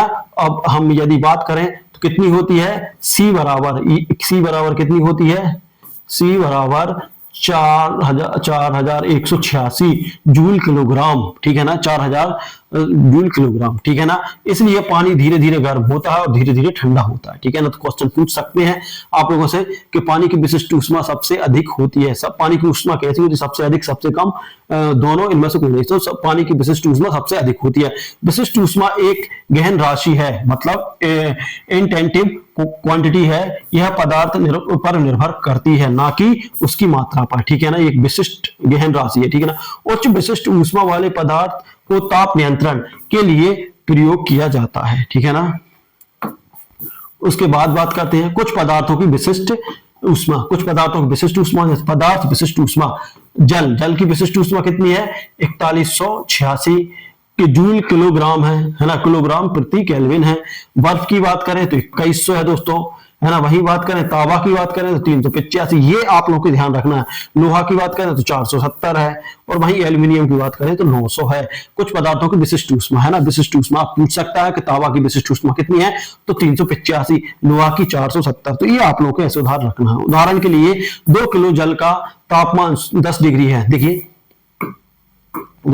2 किलोग्राम जल का तापमान 10 सेल्सियस से 30 सेल्सियस तक बढ़ा है तो आवश्यक ऊष्मा, तो यहां पर आप मान रख दोगे, ठीक है ना। यहां पर मान रख देंगे, ये हमने इसका मान रख दिया, और यहां से इसको माइनस किया तो 10 से 10 हो गया, और इसका इंटू गुणा करेंगे तो आप निकल लोगे, ठीक है। वैसे न्यूमेरिकल नहीं आने वाले, यदि आए तो Q बराबर क्या हो, MCA और डैश T। अब देखिए क्या पूछा इसने, यदि तापमान 10 बढ़ जाता तो कितनी ऊष्मा की आवश्यकता पड़ेगी, तो ऊष्मा की, तो M का मान यहां पर हम देखते हैं। देखिए M का मान कितना है, तापमान बढ़ाने पर, ठीक है ना। तो M का मान है ये तो निश्चित है कि M का मान कितना है, 12.4186 है, गुणित, अब इसमें देखिए जो अंतर है, ताप का अंतर कितना है, ताप का अंतर है यहां पर कितने का, 20 का। अब दोनों का इंटू कर दो तो आंसर यहां पर आप लोगों का निकल आएगा, ठीक है ना। तो इस तरीके से आप इसको बड़े इजीली तरीके से निकाल पाओगे, ठीक है। इसके बाद बात करते हैं आगे एमपीटेट के लिए। विशिष्ट ऊष्मा का एसआई मात्रक क्या है, जूल किलो, देखिए जूल प्रति किलो केल्विन होता है, जूल प्रति किलो केल्विन। जल की विशिष्ट ऊष्मा कितनी होती है, 4186 जूल किलोग्राम केल्विन, ठीक है ना। किसी वस्तु की ऊष्मा क्षमता किस पर निर्भर करती है, द्रव्यमान और विशिष्ट ऊष्मा पर निर्भर करती है। विशिष्ट ऊष्मा किस प्रकार की राशि है, एक गहन राशि है। ऊष्मा का सूत्र क्या है, Q बराबर MC, देखिए Q बराबर mct, क्या बात है, Q बराबर mc, और ये तापांतर होता है T, मतलब इस कितना अंतर है तापमान में। और उसके बाद हम चालन, संवहन और विकिरण देखेंगे। चालन, संवहन और विकिरण। चालन क्या होता है दोस्तों, चालन देखिए, चालन की परिभाषा जब ऊष्मा एक वस्तु से दूसरी वस्तु में बिना किसी गति के कणों के कंपन द्वारा संचित होती है तो उसे चालन कहते हैं, ठीक है ना दोस्तों। जब ऊष्मा एक वस्तु से दूसरी वस्तु में बिना किसी गति के कणों के कंपन द्वारा संचरित होती है तो उसे ऊष्मा कहते हैं। जैसे यह मुख्यतः ठोसों में होता है। कैसे होता है, धातु की छड़ के एक सिरे को गर्म करने पर दूसरा सिरा गर्म हो जाता है, ठीक है ना, ये होता है, ठीक है ना। रसोई घर की चम्मच गर्म बर्तन पर रखते ही गर्म हो जाती है, ठीक है ना, ये है। और संवहन की बात करते हैं, तो चालन हो गया, और संवहन की बात करते हैं परिभाषा। जब ऊष्मा का संचरण द्रवों, गैसों, कणों में वास्तविक स्थानांतरण द्वारा होता है तो उसे संवहन कहते हैं, ठीक है ना। जब ऊष्मा का संचरण, जो ऊष्मा रहती है उसका संचरण मतलब चलना, द्रवों या गैसों में कणों के वास्तविक स्थानांतरण द्वारा होता है तो उसे हम क्या कहते हैं, संवहन कहते हैं। यह तरल जैसे गैसीय माध्यम से, उदाहरण के लिए पानी को गर्म करने पर ऊपर रखे बर्तन अपेक्षा नीची परत पहले गर्म होती है, ऊपर आ जाती है, ठीक है ना। यदि हम पानी गर्म करते हैं, देखिए पानी को गर्म करने पर ऊपरी परत की अपेक्षा निचली परत पहले गर्म हो जाती है और ऊपर आ जाती है, ठीक है ना। तो ये उसका उदाहरण है, ठीक है ना। समुद्र और स्थल समीर का बनना, समुद्र स्थल समीर का उदाहरण बनना भी इसी का उदाहरण है। उसके बाद हम बात करते हैं विकिरण का, बात करते हैं तो विकिरण क्या है ना। रेडिएशन क्या है, जब ऊष्मा बिना किसी माध्यम से सीधे तरंगों के रूप में एक वस्तु से दूसरे वस्तु में जाती है तो उसे विकिरण कहते हैं, ठीक है ना। जब ऊष्मा बिना किसी माध्यम से एक सीधे तरंगों के रूप में एक वस्तु से दूसरी वस्तु में जाती है तो उसे क्या कहते हैं, विकिरण कहते हैं, ठीक है ना। इसके बाद देखते हैं निर्वात में। देखिए निर्वात में, यह निर्वात में भी संभव होता है। उदाहरण के लिए सूर्य की ऊष्मा पृथ्वी पर पहुंचती, ये किसके द्वारा आती है, संवहन के द्वारा ही। आग के पास बैठने पर गर्मी महसूस होती है, ठीक है ना। आग के पास बैठने पर गर्मी महसूस होती है, किसके कारण होता है, विकिरण के कारण, सॉरी संवहन नहीं, विकिरण के कारण। देखिए क्वेश्चन पूछा जाएगा कि सूर्य से ऊष्मा पृथ्वी तक किस कारण आता है, तो विकिरण द्वारा, है ना। आग के पास बैठने पर गर्मी महसूस होती है, विकिरण के कारण ही होती है। तुलनात्मक सारणी अब देखते हैं, विशेषता है, चालन है, संवहन और विकिरण है, ठीक है ना। ये विशेषता है, माध्यम ठोस, ये तरल गैस और निर्वात में, है ना। मतलब ये कहा माध्यम दिया है, ये ठोस में, चालन ठोस में होता है, संवहन गैस में होता है, जबकि विकिरण कोई भी, यहां तक कि निर्वात में भी हो सकता है। ऊर्जा का संचरण कणों से कंपन से होता है, जबकि इसके कणों के स्थानांतरण से होता है, किसमें, संवहन में। और विद्युतीय चुंबकीय तरंगों द्वारा होता है विकिरण का, है ना। गति की आवश्यकता नहीं है नहीं है इसको, ठीक है ना। उदाहरण, चम्मच का गर्म होना, ठीक है ना, पानी का उबलना, सूर्य की ऊष्मा, ये इनके उदाहरण है, तो इनसे आप लोग अच्छे से समझ लें। अब उसके बाद हम देखते हैं एमपीटेट में क्या क्या है। ठोसों में ऊष्मा का संचरण किस विधि द्वारा होता है, चालन द्वारा होता है। चालन मतलब चल से, है ना। जल में ऊष्मा का संचरण किस द्वारा होता है, संवहन द्वारा होता है। सूर्य ऊर्जा का पृथ्वी पर पहुंचना विकिरण द्वारा होता है। तो ये आप लोगों को ध्यान रखना है, ठोसों में चालन होता है, गैसों में संचरण होता है, गैस द्रव और गैसों में संवहन होता है, और जो सूर्य से ऊष्मा रहती है निर्वात में भी, वो विकिरण द्वारा। विकिरण को माध्यम की आवश्यकता होती है, नहीं, बिल्कुल नहीं होती, ठीक है ना। संवहन किस माध्यम में होता है, ठोस में होता है, ठीक है ना। संवहन किस में होता है, संवहन किस माध्यम में नहीं होता, सॉरी, संवहन किस माध्यम में नहीं होता, तो ठोस में नहीं होता। ठोस में क्या होता है, ठोस में चालन होता है सिर्फ, ठीक है ना। अवस्था परिवर्तन या गुप्त ऊष्मा, देखिए अवस्था परिवर्तन या गुप्त ऊष्मा, परिभाषा की बात करेंगे। जब किसी पदार्थ की ऊष्मा देने या निकालने से उसकी अवस्था, जैसे ठोस से द्रव या द्रव से गैस में बदल जाती है, परंतु उसका तापमान समान रहता है, तो इस प्रक्रिया को अवस्था परिवर्तन कहते हैं, ठीक है ना। मान लीजिए कि किसी पदार्थ से जब हम ऊष्मा देने या निकालने पर, उससे ऊष्मा देने या निकालने पर उसकी अवस्था जैसे ठोस से द्रव या द्रव से गैस में बदलती है, परंतु उसका तापमान समान रहता है, तो इस प्रक्रिया को अवस्था परिवर्तन कहते हैं। जैसे तीन प्रमुख अवस्थाएं, ठोस द्रव गैस, जैसे जल है, जल ठोस द्रव गैस में बदल जाता है ना। फिर यदि हम उसको गर्म ठंडा करेंगे तो ठोस फिर बदल जाएगा, फिर गर्म करेंगे द्रव में बदल जाएगा, ज्यादा गर्म करेंगे तो वाष्प बदल जाएगा। तो ये है प्रमुख अवस्थाओं में परिवर्तन। देखिए प्रक्रिया उदाहरण नाम, ठोस का द्रव में बदलना और बर्फ का पानी में बदलना, ये होता है गलन, है ना। ये क्या होता है, गलन होता है, ठीक है ना। उसके बाद द्रव से गैस में और पानी से भाप में, ये होता है बाष्पीकरण, ठीक है ना। देखिए गैस से, ठीक है ना, गैस से पानी में, ठीक है। देखिए द्रव से गैस में बदलना, है ना, उदाहरण किसका है, पानी का है, ठीक है ना। ये द्रव है और भाप में बदल जाता है, तो ये बाष्पीकरण होता है। गैस से द्रव में बदलना है, फिर क्या होता है, पानी संघनन होता है, ये भाप है। द्रव का ठोस में, जो द्रव रहता है ठोस का, बर्फ का अपकरण होता है। ठोस का गैस में, ठोस गैस खपूर, ये ऊर्ध्वपातन। देखिए ठोस से डायरेक्ट गैस में बदलने की क्रिया को क्या बोलते हैं, ऊर्ध्वपातन अभिक्रिया कहते हैं। ये क्वेश्चन पूछा जाता है ना, कि जब मान लीजिए कोई ठोस डायरेक्ट गैस में बदल जाता है तो उस अभिक्रिया का नाम क्या है, ऊर्ध्वपातन अभिक्रिया कहलाती है, ठीक है ना। ये आप लोगों को ध्यान रखना। गुप्त ऊष्मा की परिभाषा ये हम पढ़ चुके हैं, प्रकार भी पढ़ चुके हैं। गुप्त ऊष्मा का गलनांक एक बार और देख लो। लास्ट इसके बाद ये खत्म हो रहा। वह ऊष्मा जो किसी पदार्थ की अवस्था को बदलने बिना उस तापमान को बदल दे उसे गुप्त ऊष्मा कहते हैं, ठीक है ना। वह ऊष्मा जो किसी पदार्थ की अवस्था को बदले, है ना, उस तापमान को ही बदल दे उसे गुप्त ऊष्मा कहते हैं। यह ऊष्मा अणुओं के बंधन को तोड़ने या बनाने में खर्च होती है, ना कि तापमान बढ़ाने में। देखिए अणुओं को क्या होती है, तोड़ने या बनाने में खर्च होती है, ना कि तापमान बढ़ाने में। गुप्त ऊष्मा का गलन, है ना, बर्फ को पानी में बदलने में लगने वाला ऊष्मा 0 डिग्री सेल्सियस पर, ठीक है ना। वहीं गुप्त ऊष्मा का वाष्पन, पानी को भाप में बदलने वाली ऊष्मा 100 डिग्री सेल्सियस, ठीक है ना। तो ये भी पूछा जा सकता है कि गुप्त ऊष्मा के द्वारा पानी का गलन कितना होता है, 0 डिग्री सेल्सियस, और गुप्त ऊष्मा के द्वारा पानी को भाप में बदलने का 100 डिग्री सेल्सियस। SI मात्रक की बात करें तो जूल प्रति किलोग्राम होता है ना। ये आप लोगों के लिए। भारत में जल के लिए मानक नाम, देखिए भारत में जल के लिए मानक नाम क्या है। देखिए गुप्त ऊष्मा का गलनांक 3.34 × 10⁻⁻5 होती है ना। गुप्त ऊष्मा का वाष्पन देखिए ये आप लोगों को याद रखना है, गलनांक और वाष्पन क्या 22.6 × 10⁻5 जूल होता है। मुख्य बात है गुप्त ऊष्मा के दौरान तापमान स्थिर रहता है। देखिए गुप्त ऊष्मा जब रहती है तो तापमान स्थिर रहता है। बर्फ गलने में ऊष्मा लेता है लेकिन 0 डिग्री पर ही रहता है, ठीक है ना। अब देखिए जब बर्फ गलता है तो उसमें ऊष्मा तो रखती है लेकिन पानी वो उतने 0 डिग्री पर ही रहता है। यह ऊर्जा अणुओं के आपसी बंध को तोड़ने या जोड़ने से आती है, ठीक है ना।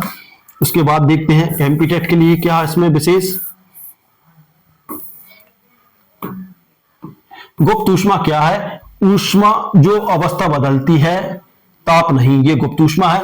बर्फ को पानी में बदलने में कौन सी ऊष्मा लगती है, तो ये गुप्त ऊष्मा या गलन, गुप्त ऊष्मा का गलन होता है। गुप्त ऊष्मा का एसआई मात्रक जूल किलोग्राम है, ठीक है ना। देखिए जितने भी एसआई मात्रक वो जरूर याद कर लेंगे आप लोग, है ना। वाष्प की गुप्त ऊष्मा किसे कहते हैं, द्रव से गैस में तापमान बिना बदले ऊष्मा लगती है, ठीक है ना। अब उसके बाद जल की वाष्पन गुप्त ऊष्मा कितनी है, जल की वाष्पन की बात कर रहा है तो कितनी है दोस्तों 22.6, ठीक है ना। ये आप लोगों को याद रखना। अब विद्युत धारा की परिभाषा देख लेते हैं। किसी चालक या किसी परिधि में विद्युत आवेशों के प्रवाह को विद्युत धारा कहा जाता है। देखिए क्या होता है, विद्युत धारा क्या होता है, किसी चालक में, किसी परिधि, चालक या परिधि में विद्युत आवेशों के प्रवाह को, मतलब वहां से निकलती है कि धारा को विद्युत धारा कहते हैं, है ना। जल किसी तार में, देखिए जब किसी, ठीक है ना, देखिए जब किसी तार में आवेश एक दिशा में बहते हैं तो वह विद्युत धारा कहलाती है। विद्युत धारा का सूत्र, है ना, क्या है इसका, I बराबर QT, है ना, QT होता है ना। QT क्या क्या होता है, जहां पर देखिए I क्या होता है विद्युत धारा, Q क्या होता है आवेश होता है, और T क्या होता है सेकंड होता है। प्रति सेकंड में जो धारा बहती है उसी विद्युत धारा कहते हैं। ऐसा ही मात्रक एम्पियर होता है, इसका एम्पियर होता है, ठीक है ना। 1 सेकंड में 1 कूलम आवेश बहता है, देखिए इसका है 1 सेकंड में 1 कूलम आवेश बहता है तो धारा 1 एम्पियर होती है, ठीक है ना। अब उसके बाद धारा की दिशा हम देखते हैं तो धारा की दिशा क्या होती है, धारा की दिशा परंपरागत धारा, ठीक है ना। धनात्मक से ऋणात्मक की ओर, मतलब बैटरी में भी देखिए इलेक्ट्रॉन प्रवाह होता है, ध्यान रख लेना। जो धारा की दिशा रहती है वो प्लस से माइनस की ओर, ये बैटरी में भी प्रवाह रहता है। क्वेश्चन पूछा जा सकता है कि बैटरी में धारा की प्रवाह किस तरह कहां से होता है, तो धनात्मक से ऋणात्मक की ओर। वास्तव में इलेक्ट्रॉन ऋणात्मक से धनात्मक की ओर चलते हैं। देखिए परंपरागत धारा जो रहती है धनात्मक से ऋणात्मक की ओर जाती है, और इलेक्ट्रॉन प्रवाह, उसके इलेक्ट्रॉनों का प्रवाह क्या होता है, ऋण से धनात्मक होता है। ये आप लोगों को ध्यान रखना। विद्युत धारा के स्रोत बैटरी सेल जनरेटर, ये ऊष्मा, और डायनामो, ये ऊष्मा के स्रोत हैं, ठीक है ना। उसके बाद प्रकार की बात कर लेते हैं, ठीक है। अब प्रकार की बात करेंगे। स्थिर धारा डीसी जिसे बोलते हैं, एक दिशा में बहने वाली धारा, जैसे बैटरी में ये एक ही दिशा में बहती है धारा, जबकि प्रत्यावर्ती धारा एसी अर्थ करंट समय समय पर दिशा बदलती रहती है, जैसे घरेलू बिजली, ठीक है ना दोस्तों। तो जो डीसी जो रहती है, देखिए बड़ी बड़ी जो लाइनें रहती है ना, जैसे 2000 वोल्ट या 1800 ऐसी, तो इनमें कौन सी डीसी होती है, डायरेक्ट करंट। ये मतलब एक ही धारा में चलती, मतलब एक ही दिशा में बहने वाली धारा होती है। जैसे बैटरी की बात करें, और प्रत्यावर्ती धारा समय समय पर दिशा बदलती रहती है, जैसे अपने घर में कभी तेज लाइट आ जाती, कभी कम आ जाती है, तो ये कौन सी धारा है, एसी धारा है, अर्थ करंट वाली। विद्युत धारा के प्रभाव अब इसके प्रभाव की बात करें, ऊष्मीय प्रभाव जैसे बल्ब का गर्म होना, रासायनिक प्रभाव मतलब विद्युत अपघटन, चुंबकीय प्रभाव मतलब विद्युत चुंबक। ये आप लोगों को ध्यान रखना है कि ऊष्मीय धारा की ऊष्मीय प्रभाव करें तो वो क्या होता है, जो बल्ब रहता है वो गर्म होता है, वो ऊष्मीय रहता है। रासायनिक कार्य विद्युत अपघटन होता है, मतलब कम होना विद्युत का। चुंबकीय प्रभाव का विद्युत चुंबक बनना। अब उसके बाद बात करते हैं और यहाँ पर हमारा चैप्टर भी खत्म हो जाएगा। देखिए विद्युत धारा का ऐसा ही मात्रक क्या है, तो दोस्तों एम्पियर है ना। विद्युत धारा किस उपकरण में नापी जाती है, तो एम्पियर में नापी जाती है। 10 कूलम आवेश 2 सेकंड में प्रवाह होने पर धारा कितनी एम्पियर होगी, तो इसका भाग लग जाएगा इसमें, तो आ जाएगा 2 एम्पियर होगी। इलेक्ट्रॉनों की वास्तविक दिशा क्या होती है, ऋणात्मक और धनात्मक, ठीक है ना। इलेक्ट्रॉनों की वास्तविक दिशा कैसी होती है, ऋणात्मक से धनात्मक की ओर वास्तविकता में, है ना। और वैसे बात करें ऋणात्मक की ओर। विद्युत धारा कितने प्रवाह होते हैं, तो 3, ऊष्मीय, रासायनिक और चुंबकीय। तो ठीक है, इस तरीके से देखिए दोस्तों ये हमारा खत्म हो गया एमपी टेट में जो हमारा टॉपिक था विद्युत धारा, चुंबकीय धारा और बहुत सारे थे, वो पूरे कंप्लीट हो गए हैं। इसको आप पूरे वीडियो को देख लेते हैं। तो दोस्तों यहां से जो क्वेश्चन बनेगा 100% आप बड़े इजीली तरीके से और कॉन्फिडेंस के साथ करने वाले हैं। तो दोस्तों ये था वीडियो, अच्छा लगा तो लाइक शेयर कमेंट कर दीजिए। साथ ही अभी तक चैनल पर नया हो सब्सक्राइब नहीं किया प्लीज सब्सक्राइब कर लीजिए। मिलते हैं अगले वीडियो में, तब तक लीजिए जय भारत।